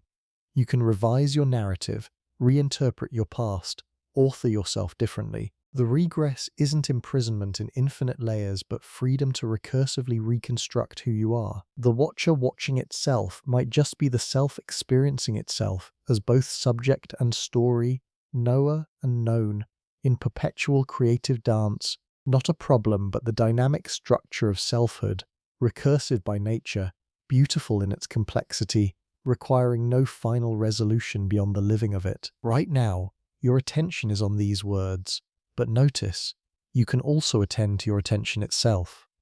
There's meta-attention, awareness of where your focus lies. This happens constantly. You're working on a task and notice you've drifted off, mind wandering. That noticing is attention catching attention straying, or you're listening to someone speak and realize you stopped listening 3 sentences ago. Meta-attention revealing inattention. Neuroscience distinguishes attention's mechanisms from meta-attentions. Attention involves selecting certain information for processing while filtering other inputs. Neural networks enhance relevant signals, suppress irrelevant ones. Meta-attention involves monitoring these selection processes, noticing where attention is, how stable it remains, whether it matches intentions. Different brain regions support these functions. Attention draws on sensory cortices, parietal areas for spatial orienting, frontal regions for executive control. Meta-attention recruits additional prefrontal areas involved in self-monitoring and cognitive control. This suggests a hierarchical structure. Attention operates, and meta-attention supervises. But what supervises meta-attention? If you notice your attention wandering and bring it back, you can then notice this noticing and bringing back. Meta-attention, and potentially further levels. However, experiments reveal limits. You cannot fully attend to attention without shifting attention itself. Trying to observe where your focus is changes where your focus is. The act of meta-attending partially disrupts what it monitors. This is similar to quantum mechanics' observer effect, but here it's cognitive. The measuring affects the measured because both use the same limited resource, attentional capacity. You have only so much bandwidth. Devoting attention to monitoring attention reduces attention available for the original task. Psychologist William James described attention as a spotlight, illuminating some contents of consciousness while leaving others in shadow. Meta-attention turns the spotlight on itself, but the spotlight can't fully illuminate itself without ceasing to illuminate outward. Partial self-illumination is possible, full self-illumination isn't. This might bound the infinite regress practically. Yes, logically you can imagine infinite levels of meta-attention, but cognitively you can't implement them. After 2 or 3 levels, attentional resources are exhausted. The regress terminates not metaphysically but through practical limitation. This offers a kind of solution. The regress is real in principle but constrained in practice. Like fractals with infinite mathematical detail but finite perceptual resolution, consciousness might have potentially infinite reflexive depth, but working memory and attention limit how many levels we can actually realize. Still, this doesn't resolve the conceptual puzzle. Even if we can only attend to our attending once or twice before running out of capacity, the question remains, could there be more levels? And if not, what stops them? Is the limit just practical, or is there something about attention's nature that makes infinite self-application impossible? Consider flow states again. deep absorption where meta-attention disappears. When fully immersed, you're not monitoring your attention. It's deployed entirely outward or on the task. No reflexive awareness. This suggests meta-attention isn't necessary for attention to function. In fact, meta-attention often degrades performance. Athletes call it paralysis by analysis. Thinking about your swing while swinging disrupts the swing. Musicians lose flow if they monitor their playing too closely. The monitoring interferes. This raises an interesting possibility. Maybe meta-attention is optional, even illusory in a sense. Attention functions whether or not we meta-attend. When we do meta-attend, we're not observing pure attention but creating a different state. Attention plus self-monitoring that alters the original phenomenon. The infinite regress might be less about attention's nature and more about the peculiarity of trying to attend to attending. It's performative, changing what it attempts to observe. Not a true infinite depth in consciousness, but an artifact of reflexive observation that modifies itself through the attempt. And yet, the capacity for meta-attention, however limited, remains remarkable. You can catch your mind wandering. You can train attention through meditation, which requires noticing when it strays. This self-referential capacity, even if bounded, is central to self-awareness and self-control. So perhaps the regress is both real and limited. Real because attention genuinely can take itself as object, creating reflexive loops. Limited because cognitive constraints prevent infinite implementation. An interesting middle ground. Consciousness deep enough for self-reference but bounded enough to remain functional. Every night, consciousness continues in altered form. You dream, experiencing vivid scenarios, emotions, thoughts, often without realizing you're dreaming.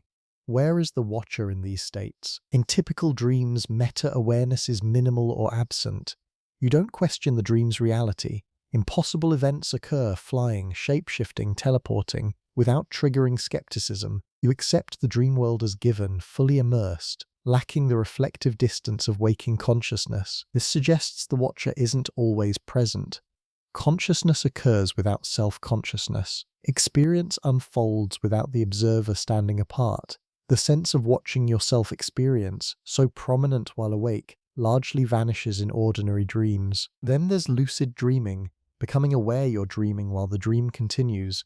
Suddenly, the watcher reappears within the dream. You're experiencing the dream and simultaneously aware it's a dream. Subject and observer coexist in the dreaming mind. Lucid dreamers report a peculiar doubled consciousness. The dream continues autonomously, scenes shifting, characters acting, while you observe and sometimes control events. It feels like being both participant and audience in your own inner theater. This creates nested layers. You're dreaming that you're aware you're dreaming. And in rare cases, false awakenings compound the nesting. You dream you wake up, realize you were dreaming, then actually wake and realize that awakening was also dreamed. Consciousness folded into itself. Layers of awareness, unaware they're layers. What happens to the infinite regress here? In ordinary dreams, it seems absent.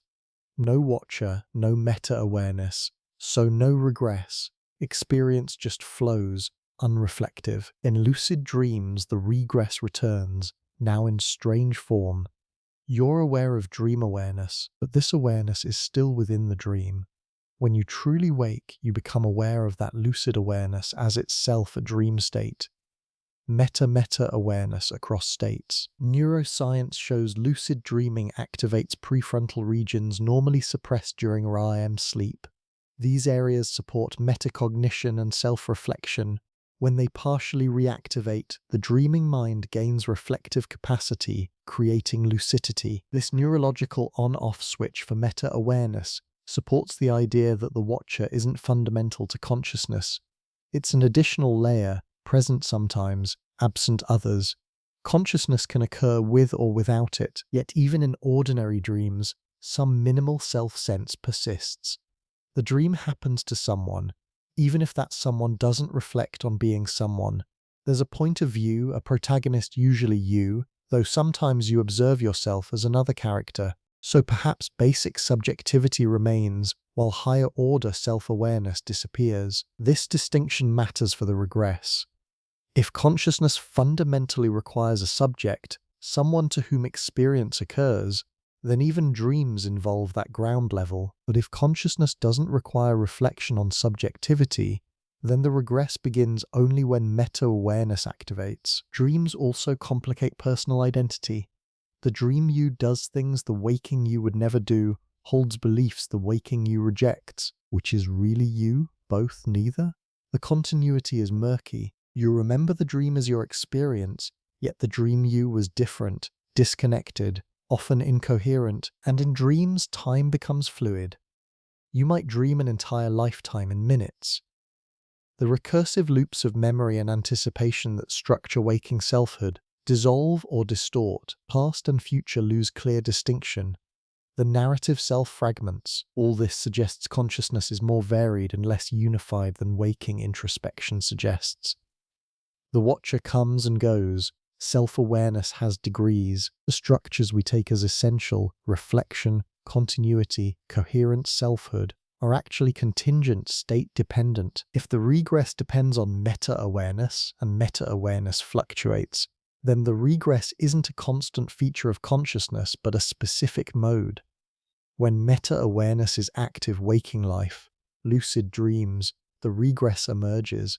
When it's dormant ordinary dreams, flow states, absorption, consciousness continues without it. This doesn't solve the regress when it does occur, but contextualizes it. The infinite mirror effect isn't consciousness's unchanging structure, but one possible configuration, and knowing it can switch off entirely suggests it might not be as fundamental as it feels during wakeful self-reflection. Athletes describe it as the zone, musicians as being in the pocket, meditators as non-dual awareness. Psychologist Mihaly Csikszentmihalyi called it flow, states of optimal experience where self-consciousness disappears and action flows effortlessly. In flow, you're fully engaged yet not watching yourself engage. A basketball player sinking shot after shot doesn't think I'm shooting well. That thought would break the flow. Instead, there's just shooting happening through the player, with no sense of a separate self doing it. This is consciousness without the observer. Awareness remains, intense awareness, actually hyper-focused and clear. But the reflexive loop vanishes, no watcher standing apart, monitoring performance, judging quality. Just pure doing, experiencing itself directly. Flow states suggest the infinite regress is not inherent to consciousness, but to self-conscious reflection. When reflection drops away, the regress goes with it. Consciousness continues, arguably more vivid and effective than usual, but without the internal division between experiencer and experience. Csikszentmihalyi identified flow's conditions: clear goals, immediate feedback, balance between challenge and skill. Too easy and you're bored, too hard and you're anxious. In the sweet spot, absorption happens, skills engage fully, attention narrows, time distorts, self-awareness fades. Neurologically, flow involves interesting changes. Some studies show decreased activity in prefrontal cortex, the region supporting self-reflection and metacognition. This is transient hypofrontality, temporary reduction in frontal executive function. This might seem counterintuitive. Isn't peak performance associated with maximal brain activation? But flow suggests less is sometimes more. The monitoring, judging, self-conscious parts of mind actually interfere with skillful action. Turning them down allows automated expertise to operate unimpeded. This has philosophical implications. If optimal functioning involves losing the watcher, maybe the watcher isn't fundamental to agency or awareness. Perhaps it's an add-on, useful sometimes but dispensable, even detrimental in contexts requiring seamless action. Eastern philosophies have long advocated this. Taoist Wu-Wei, effortless action, describes doing without a doer. Zen archery teaches releasing the arrow without an archer. These aren't mystical metaphors, but phenomenological descriptions of flow states where self-consciousness dissolves. Yet selfhood doesn't entirely vanish in flow.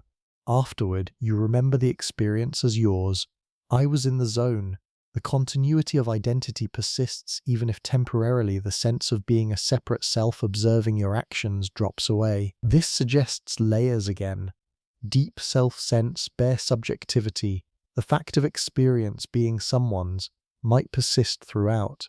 What disappears is meta-awareness, the reflexive monitoring and self-consciousness. The regress requires this meta-layer. Without it, there's awareness without infinite reflection. Critics might argue flow states aren't truly unconscious of self, but just unreflective.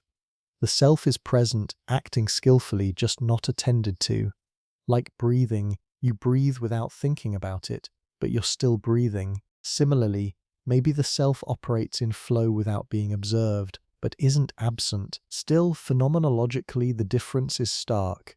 Ordinary consciousness has a divided quality, experiencer and experience, actor and action felt as separate, even if conceptually unified. Flow has a unified quality, being the action, not doing it. This experiential unity without division is what collapses the regress. If there's no felt separation between awareness and what it's aware of, the infinite mirror effect can't begin. It requires that initial split, that sense of observer standing apart, which flow dissolves. Training can stabilize flow. Meditation practice in particular cultivates states where awareness remains vivid but empty of self-reference. Long-term meditators report shifts where even outside formal practice, self-consciousness becomes lighter, less sticky. The default watcher quiets. This suggests the regress, while natural to untrained consciousness, isn't inevitable. With practice, consciousness can learn modes where self-reference is optional, not the unconsciousness of sleep, but the vivid presence of flow, awareness without the infinite hall of mirrors. Whether this fully resolves the philosophical puzzle is unclear. Even if practically we can sidestep the regress through flow, the conceptual question remains: how is selfless awareness possible? What is consciousness when there's no sense of someone being conscious? These questions persist, but flow states offer experiential evidence that consciousness is more flexible, less tied to self-reference than ordinary introspection might suggest. Somewhere around 18 months, children begin recognizing themselves in mirrors. Place a red dot on a toddler's forehead without them noticing. Show them a mirror. If they reach for the reflection, they haven't grasped it's them. If they reach for their own forehead, self-recognition has emerged. This is the Rouge test, and it marks a developmental threshold. Self-awareness, at least in its mirror-recognizing form, isn't present from birth but develops. Before this point, consciousness presumably exists.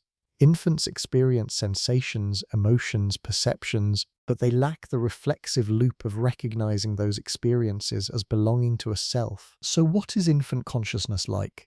Philosopher Alison Gopnik suggests it's more like adult meditative states or psychedelic experiences, vivid, present-centered, without strong subject-object division. The baby doesn't think I see the mobile. There's just seeing, occurring, unmediated by self-concept. This is consciousness before the regress. No watcher because no developed sense of self to serve as watcher, just immediate experience, lacking the reflective distance that creates infinite mirrors. As children mature, self-awareness emerges gradually. By age 4 or 5, theory of mind develops, understanding that others have different beliefs, perspectives, mental states. This requires modeling other minds, which involves modeling one's own mind as comparable. Metacognition awakens. Language plays a crucial role. Learning to use I and me creates linguistic self-reference, likely shaping psychological self-awareness. Personal pronouns give structure to the subject-object split. I want that differentiates the wanter from the wanted, the self from its desires. Narrative capacity develops too. Around age 4, children begin forming autobiographical memories, coherent stories about their past. This creates temporal self-continuity. They're not just experiencing now, but remembering themselves experiencing yesterday, anticipating themselves tomorrow. The recursive self emerges, remembering, planning to plan. Does the infinite regress begin here? When a child first thinks I'm thinking about, perhaps around age 5 or 6, have they opened the infinite door? Or does it require further development, metacognitive sophistication beyond childhood? Adolescence brings another shift. Teenagers become intensely self-conscious, aware of being observed or imagining observation even when alone. This heightened meta-awareness might deepen the regress, creating more layers of self-reference as identity questions intensify. But development also shows the regress isn't universal or inevitable. Before self-awareness develops, consciousness exists without it. This proves phenomenal experience doesn't require reflexive awareness. The hard problem and the regress problem can come apart. Critically, the threshold for self-awareness isn't sharp. It emerges gradually in stages, varying by measure. Mirror self-recognition precedes theory of mind. Basic self-other distinction precedes full autobiographical selfhood. Metacognition develops incrementally throughout childhood and adolescence. This gradualism suggests the regress isn't all or nothing. Perhaps there are degrees of self-reference, from minimal basic proprioceptive self-sensing to maximal full metacognitive reflection. The infinite regress might be an asymptotic limit approached but never fully realized. Developmental disorders offer additional insight. Autism spectrum conditions often involve different patterns of self-awareness and metacognition. Some autistic individuals report less developed sense of continuous selfhood, more fragmented experience. Others have intense self-focus but difficulty with theory of mind, modeling others while clearly modeling self. These variations show self-awareness isn't monolithic. It has components that can develop independently, combine differently, result in diverse phenomenologies of selfhood. For the regress problem, development is crucial. It demonstrates self-awareness is constructed, not innate. Consciousness begins simpler, gains reflexive layers through maturation. This supports functionalist and embodied views. Self-awareness emerges from cognitive development, social interaction, linguistic competence, not from metaphysical necessity. Yet something poignant emerges too. There was a moment, you can't remember it, nobody can, when you first became aware you were aware, when the infinite door opened. Before that moment, consciousness was simpler, more like flow or dreamless presence. After, the watcher appeared, and with it, all the questions we've explored. The child's awakening to self-awareness is also an awakening to the puzzle of self-awareness. A loss of innocence, perhaps, but also the birth of the uniquely human capacity for self-reflection, self-knowledge, and the beautiful perplexity of consciousness pondering itself. Zoom out from individual minds. The universe, as far as we know, contains at least some consciousness, ours, certainly, and presumably other organisms to varying degrees. But what does it mean for the cosmos to contain consciousness? One perspective treats consciousness as rare and local, biological accident on certain planets where conditions permit complex nervous systems. From this view, the universe is mostly unconscious, vast stretches of matter and energy without subjective experience, with tiny pockets of awareness emerging contingently. Panpsychism offers a radically different view. Consciousness is fundamental and ubiquitous. Not just brains, but all matter possesses some degree of experience. Electrons have primitive awareness, atoms have simple subjectivity. Consciousness is intrinsic to physical reality, not an emergent anomaly. This sounds extravagant, but panpsychism has serious philosophical motivations. If consciousness emerges only from certain complex arrangements of unconscious matter, we face the hard problem. Why those arrangements? What is it about neural networks that generates phenomenology when nothing in their components explains it? Panpsychism dissolves this mystery by making consciousness basal. Complex awareness in brains is built from simple awareness in constituents. Like how ocean waves are built from water molecules, the molecules provide the substrate. Complexity organizes them into larger-scale phenomena. Philip Goff and other contemporary panpsychists argue this is more parsimonious than emergence. Instead of consciousness arising inexplicably from non-consciousness, it's present throughout, just organized differently. Applied to our regress problem, if the universe is fundamentally conscious, then consciousness observing itself takes on cosmic scale. We're not isolated minds, but local densities of universal awareness. When you become aware you're aware, Perhaps the universe is becoming aware of itself through you. This idea has mystical resonances. Vedanta's Brahman, the cosmic consciousness experiencing itself through countless perspectives, or Teilhard de Chardin's Omega point, evolution culminating in universal self-awareness. Less mystically, if panpsychism is true, our regress is one instance of a broader pattern. Wherever matter self-organizes complexly, awareness becomes self-aware, not unique to humans but a natural development of conscious matter reaching sufficient integration. But panpsychism faces serious objections. The combination problem. How do simple conscious experiences in particles combine into unified complex experiences in brains? You can combine physical parts into larger wholes straightforwardly, but experiences don't obviously combine. Your experience and mine remain separate even if we're physically adjacent. So how would countless micro-experiences merge into one macro-experience? This is the regress in different form. If electrons are conscious, are they aware they're aware? Does the infinite mirror apply to fundamental particles? If not, why not? If so, does everything experience infinite regress? Perhaps consciousness at fundamental levels is too simple for self-awareness. Electrons have primitive proto-phenomenology, but no meta-awareness. Only complex systems like brains achieve reflexive consciousness. The regress applies only at sufficient complexity. Still, admitting consciousness exists at multiple scales, particle, brain, potentially cosmic, raises questions about cosmic self-awareness. If the universe as a whole is conscious, does it know itself? Is there universal meta-awareness? Some interpretations of quantum mechanics suggest the cosmos must be observed to be definite. If consciousness collapses wave functions and no external observer exists for the universe as a whole, perhaps the universe observes itself, bringing itself into being through self-observation. This is Wheeler's participatory universe. Existence and observation co-create each other.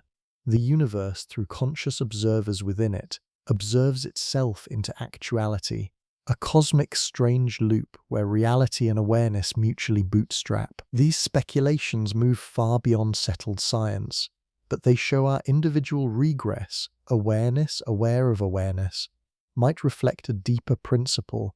Self-reference appears throughout nature, in fractals, feedback loops, Gödelian systems. Perhaps consciousness is nature's ultimate self-referential structure, and our puzzlement over infinite regress is the universe encountering its own reflexive nature from within. The universe's physical constants appear exquisitely fine-tuned for life.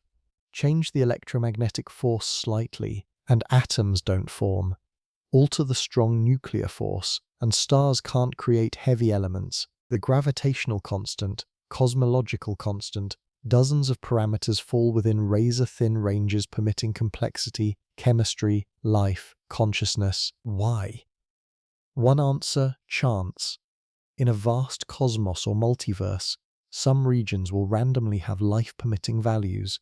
We necessarily find ourselves in such a region. Observer selection effect.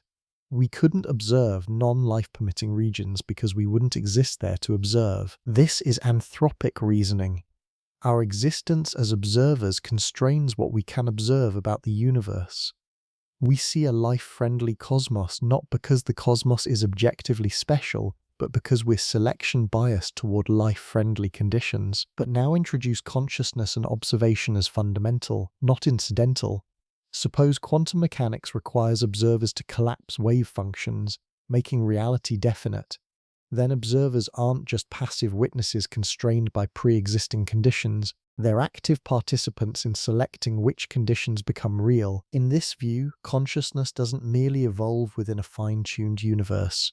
Consciousness is part of what makes the universe fine-tuned.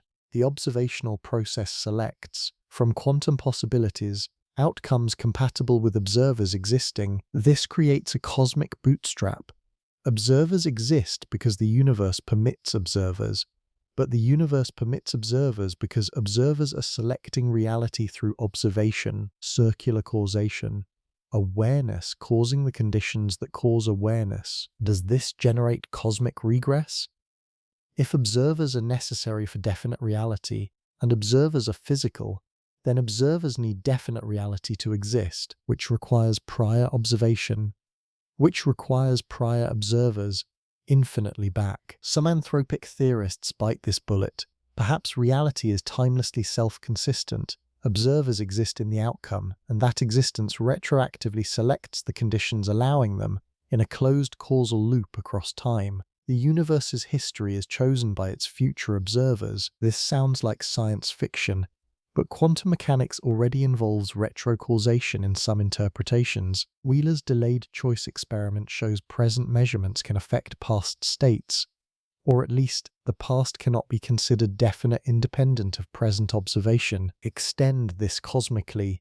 The universe's entire history, from Big Bang to present, might be shaped by the requirement that observers eventually emerge to observe it.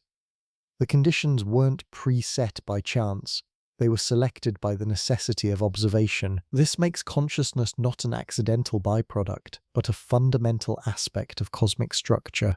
Reality and awareness interweave essentially. The universe cannot be without being observed, and observation cannot occur without the universe providing observational conditions. The infinite regress transforms here. Not individual consciousness regressing infinitely inward, but cosmic observation regressing through time.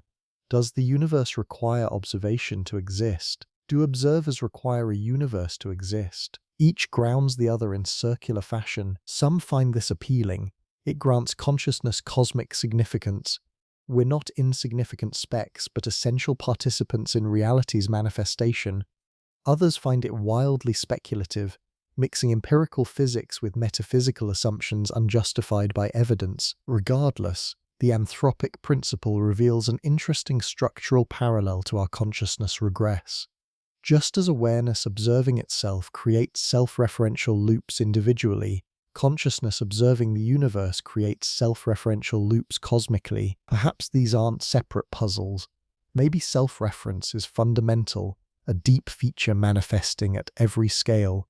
Consciousness experiencing itself personally, the universe experiencing itself cosmically. Both instances of reality becoming aware of itself, encountering the strange loops and infinite regresses inherent in self-observation. If anthropic selection is real, we're not solving the fine-tuning mystery so much as participating in it. Our very act of wondering why the universe permits us is part of the universe's self-exploration. Questions about existence become the universe questioning itself through conscious beings. This doesn't answer whether the regress terminates or continues infinitely, but it suggests the regress might be woven into existence's fabric, not a bug in consciousness, but a feature of how reality relates to itself. When it becomes sufficiently complex to observe, what if reality is fundamentally informational? Not matter and energy as primary, but information, with matter and energy as secondary manifestations. Physicist John Wheeler proposed it from bit. Every physical thing derives its existence from yes or no questions, binary information. Reality at bottom is answers to questions, bits of information structuring existence. This fits oddly well with quantum mechanics. Before measurement, systems exist in superposition, multiple possible states simultaneously. Measurement extracts information. Selecting one state as actual, reality becomes definite through information acquisition. Extend this. Perhaps reality is the accumulated information from all measurements, all observations, all distinctions made by the universe observing itself. Physical law describes not how matter moves, but how information flows and organizes. If reality is information, what is consciousness? Integrated information theory suggests consciousness is information that's both differentiated and unified. Information organized in specific self-referential patterns. Combine these. Reality is information observing itself. Consciousness is information structures aware of information structures. The universe is an immense self-referential information system, and we are localized nodes where that system achieves reflexive awareness. This makes the infinite regress cosmic. Information about information about information. Each observational act creates information about prior information states. The universe's history is layers of information building on earlier layers. never reaching ground level because ground would mean information without observation, which Wheeler denies exists. Digital physics takes this literally. Maybe space-time is discrete, pixelated at Planck scale. Reality is a vast quantum computer computing its own next state from its current state. Existence is information processing all the way down. If so, consciousness might be when information processing becomes sufficiently complex to represent itself, like a program that not only runs but models its own execution. Self-referential code. The regress is just recursive information processing, states representing states representing states. This demystifies somewhat.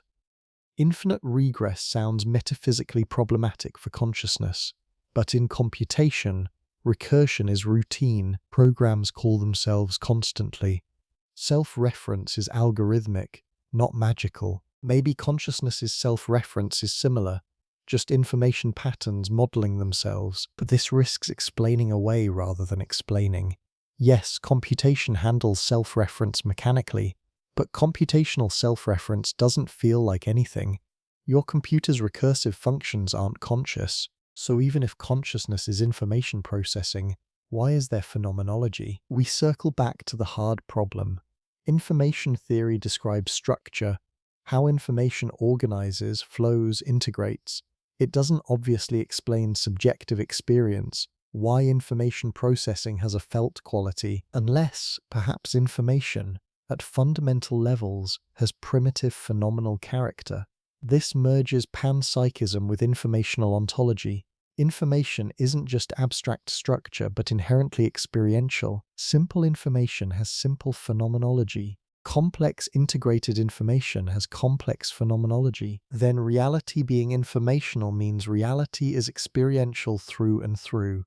The universe isn't information observed from outside, but information experiencing itself from within. Every measurement, every collapse, every bit of information is simultaneously physical process and experiential event. This makes observation not passive registration, but participatory experience.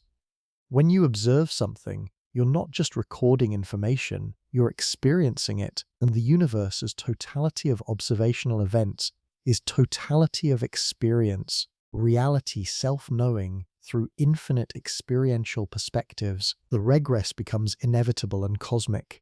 Information patterns modeling themselves create experiential self-reference at every scale. Consciousness aware of consciousness is just one instance of information aware of information, occurring wherever self-referential informational structures exist. Does this solve or deepen the mystery?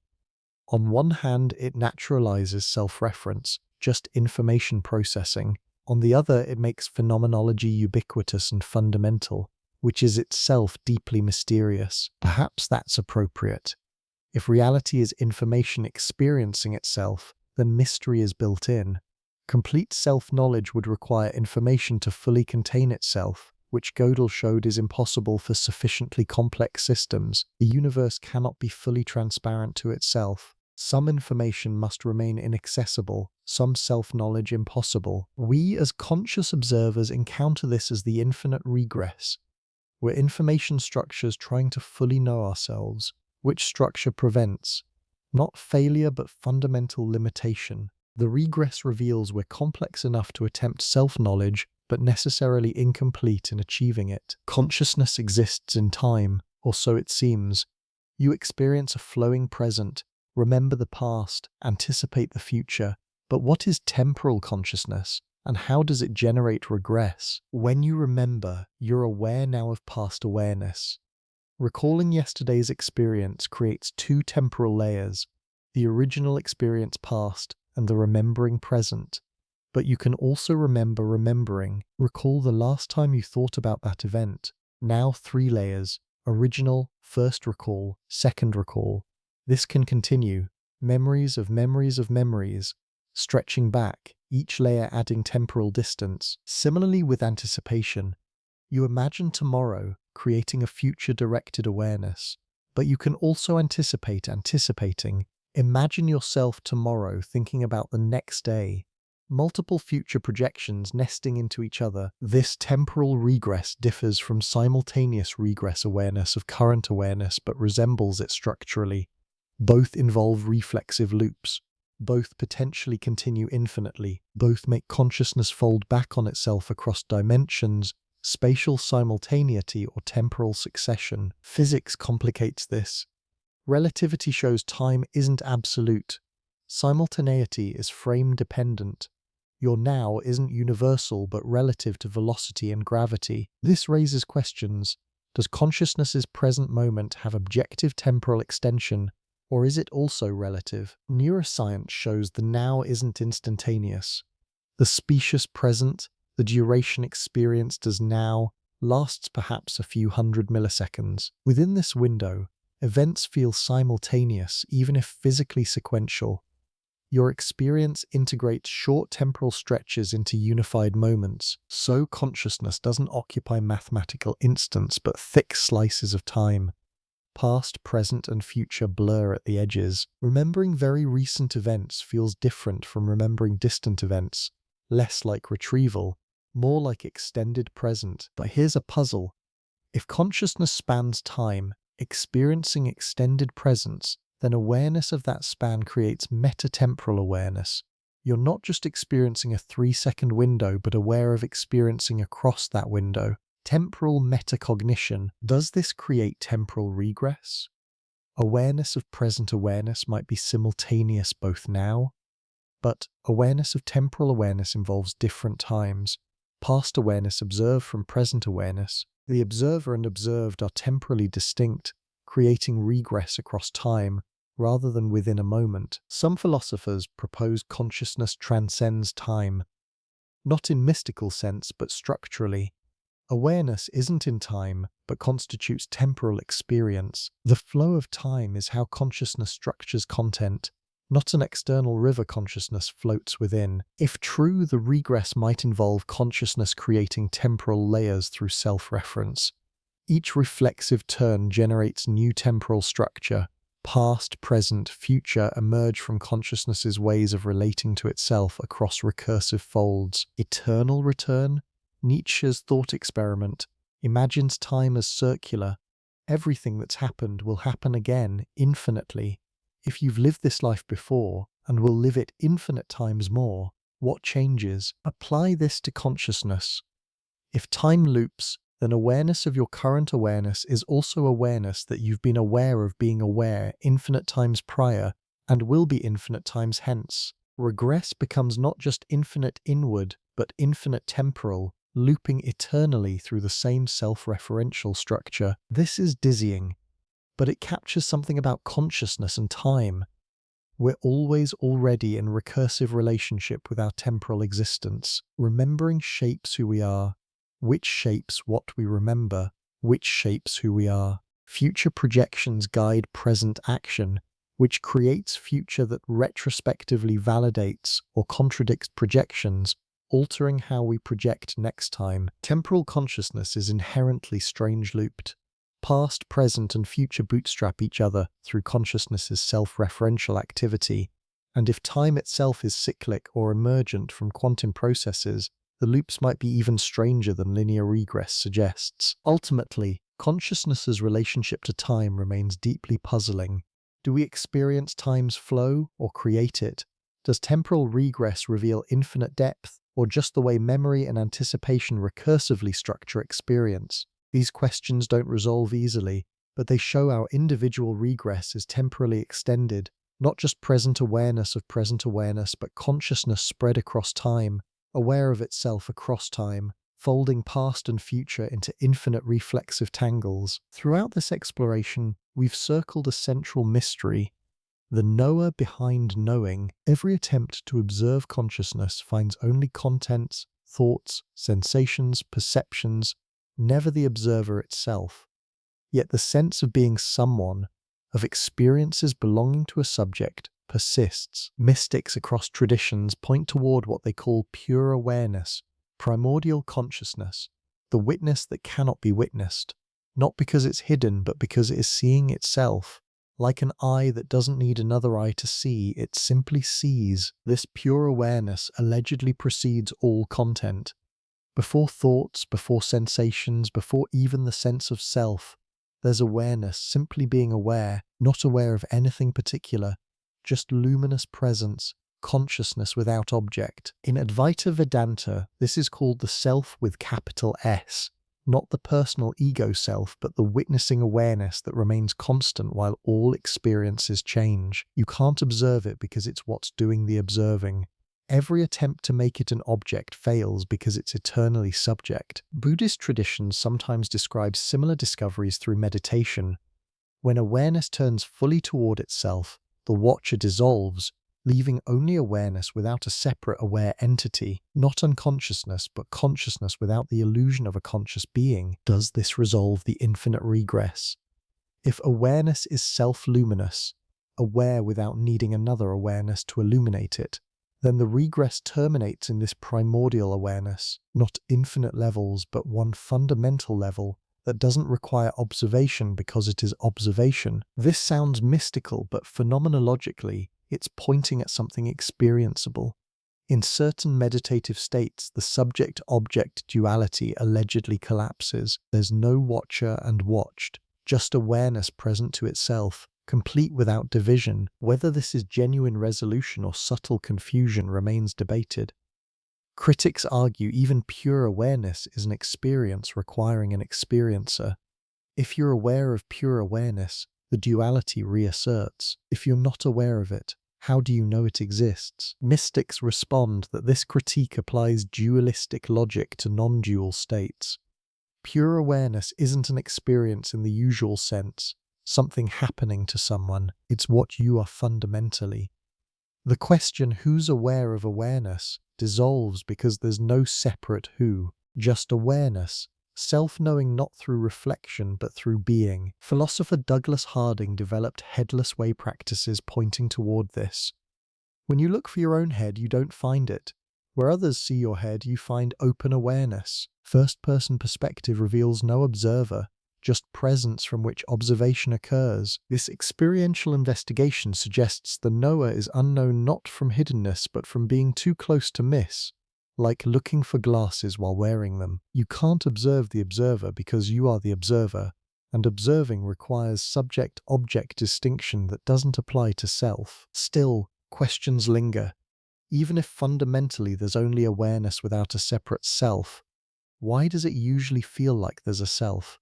Why is the non-dual state rare, requiring dedicated practice to access? If it's fundamental, shouldn't it be obvious? Perhaps our cognitive architecture constructs selfhood necessarily for practical functioning.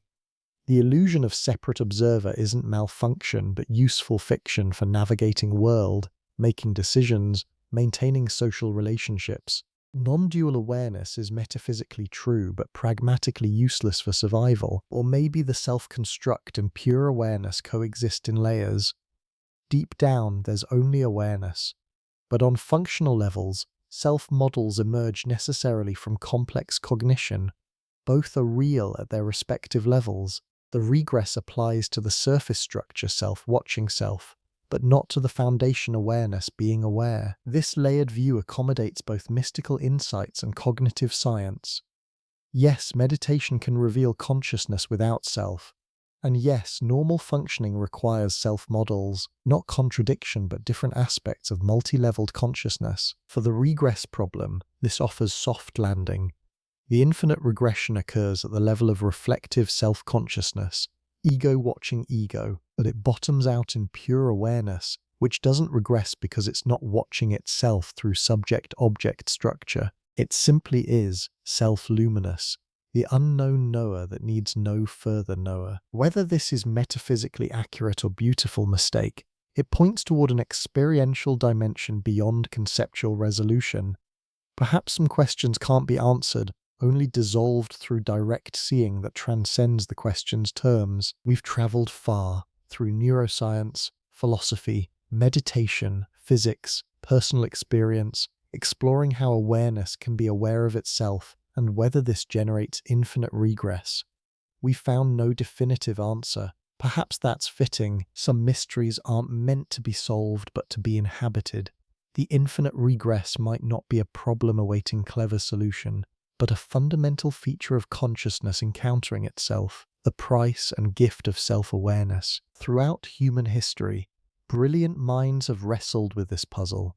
Aristotle, Aquinas, Descartes, Hume, Kant, Husserl, Sartre, Ryle, Dennett, Chalmers, each brought insight, yet none closed the question. Not from lack of intelligence, but perhaps because the question touches something inherently irreducible. Consciousness studying consciousness faces unique obstacles. Scientific method requires objective observation, but consciousness is irreducibly subjective. You can study brains from outside, but experiencing consciousness happens only from within. And from within, the observer seeking itself creates the very regress we've explored. This isn't failure. It's discovering a boundary. Just as Gödel showed mathematical systems can't prove all truths about themselves, perhaps consciousness can't fully know itself. The incompleteness isn't bug but feature, mark of sufficient richness to attempt self-reflection even as structure prevents complete self-transparency. Living without answers means accepting this irreducibility. You're aware. That's undeniable, immediate, constantly present. Why and how remain mysterious, but the mystery doesn't prevent functioning or diminish experience. If anything, it deepens appreciation. Consider how remarkable it is that matter, atoms forged in stars, following physical laws, somehow organizes into brains that experience, think, reflect. Remarkable that these brains can turn attention inward, observe their own processes, wonder about their wondering. This capacity, however puzzling, is gift not burden. The infinite regress reveals consciousness's sophistication. Only complex systems can even generate this problem. Thermostats don't wrestle with self-awareness. Bacteria don't ponder the observer within.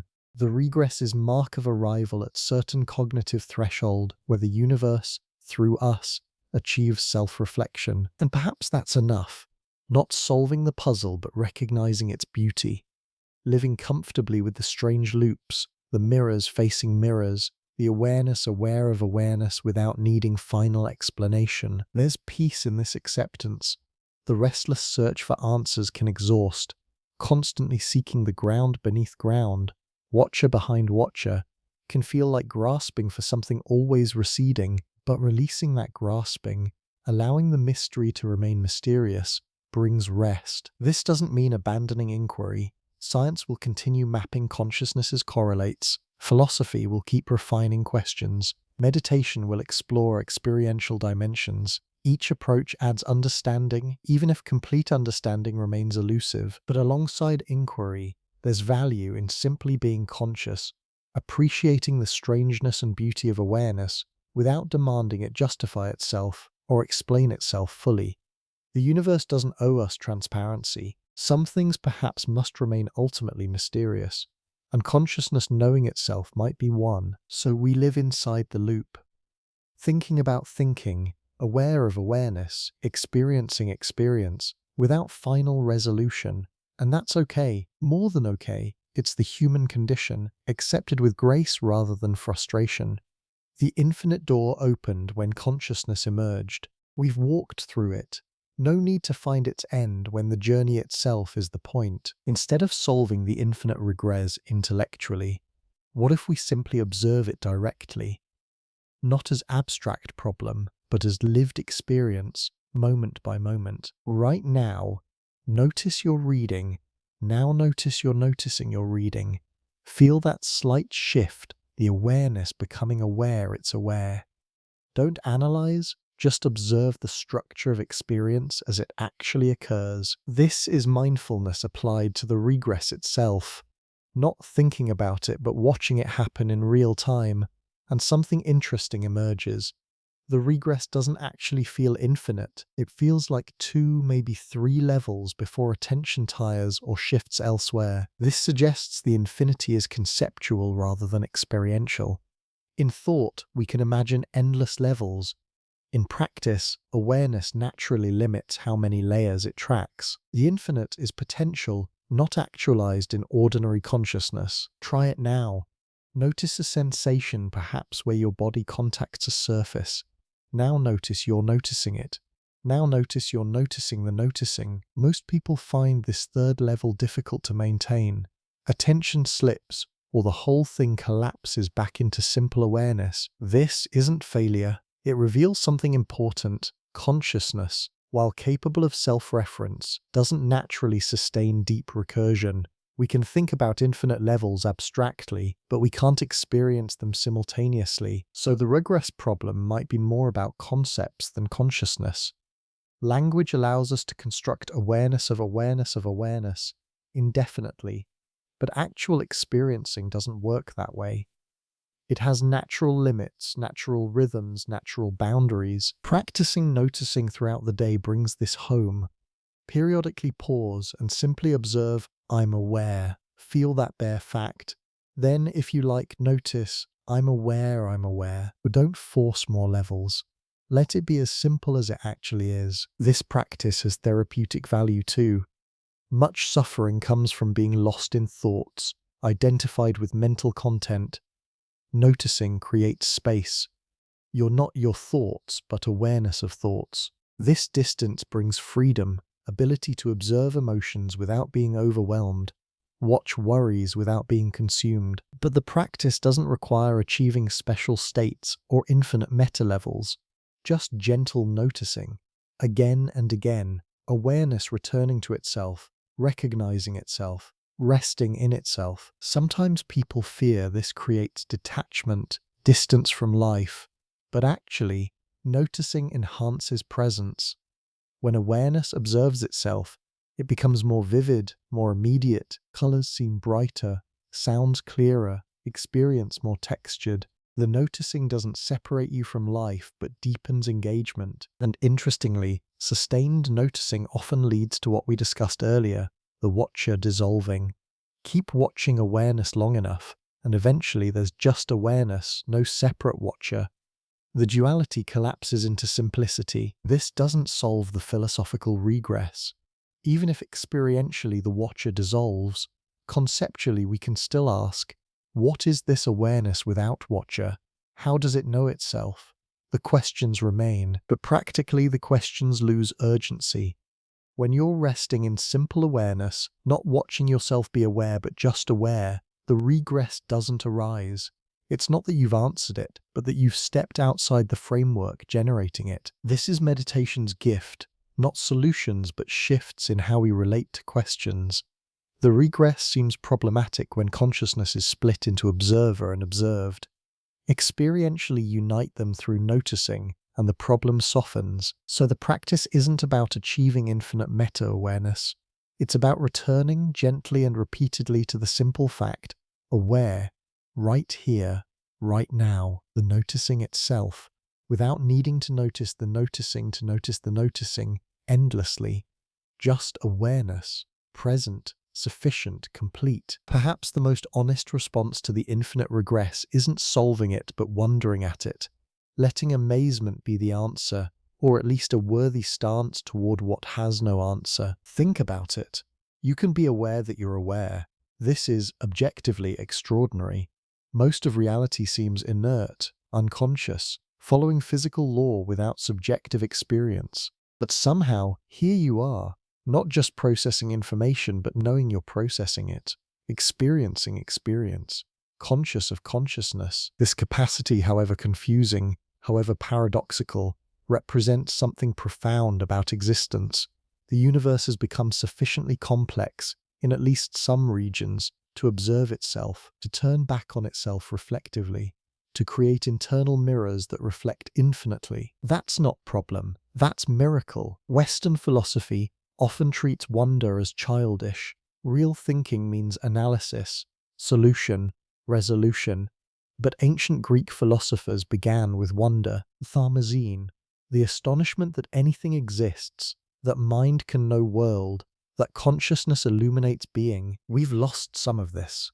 Sophistication demands we move past wonder to explanation, but with consciousness, perhaps wonder is the appropriate terminus. We can explain mechanisms, neural correlates, information integration, functional roles, but the sheer fact of subjective experience, aware of itself, remains intrinsically wondrous. The infinite regress, from this perspective, isn't intellectual frustration but invitation to amazement.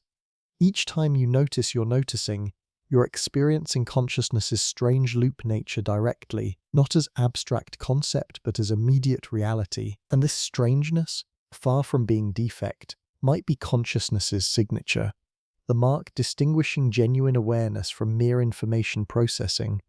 Computers process data about data without wonder. Consciousness does something more.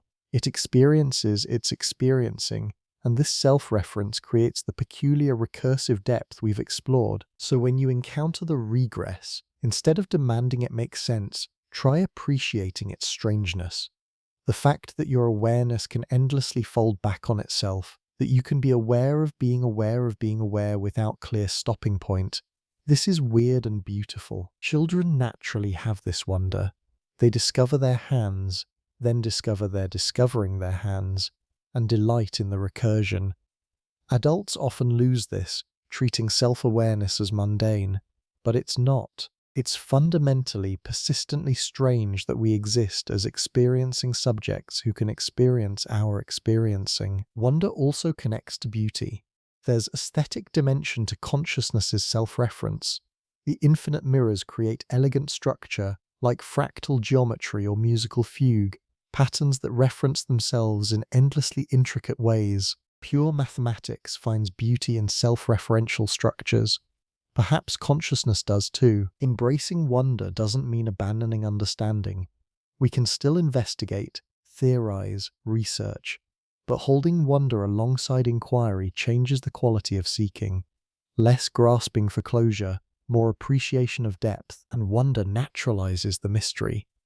We don't need consciousness to be fully explicable for it to be real and valuable.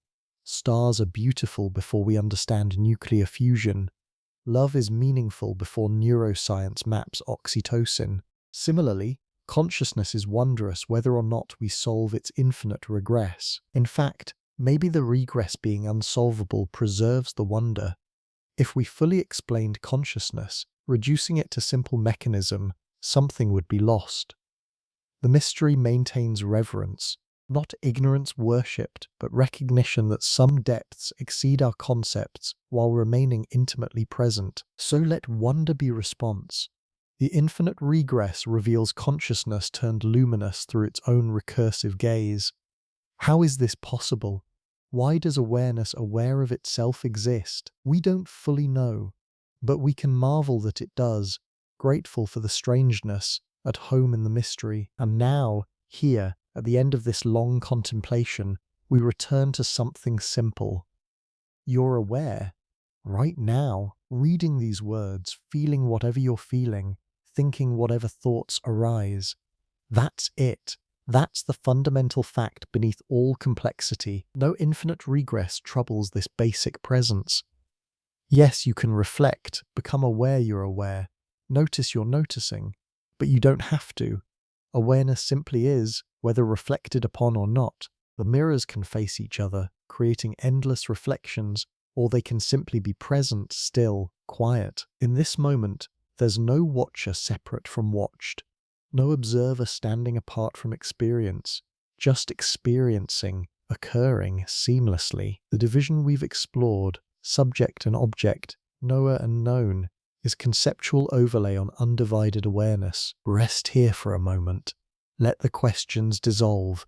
Let the search for answers quiet. There's nothing to figure out right now. Nothing to solve, or understand, or achieve.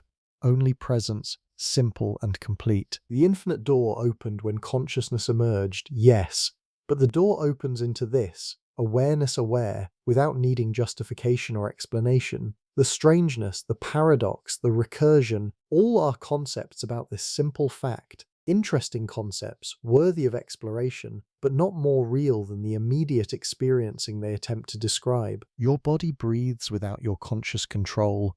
Your heart beats without supervision. Life maintains itself through intricate processes you don't micromanage. Similarly, consciousness knows itself without needing to understand how. The knowing happens, the awareness is aware. Naturally, effortlessly. Trust this. You don't need to watch the watcher or find the final observer. Awareness doesn't require your vigilance to continue.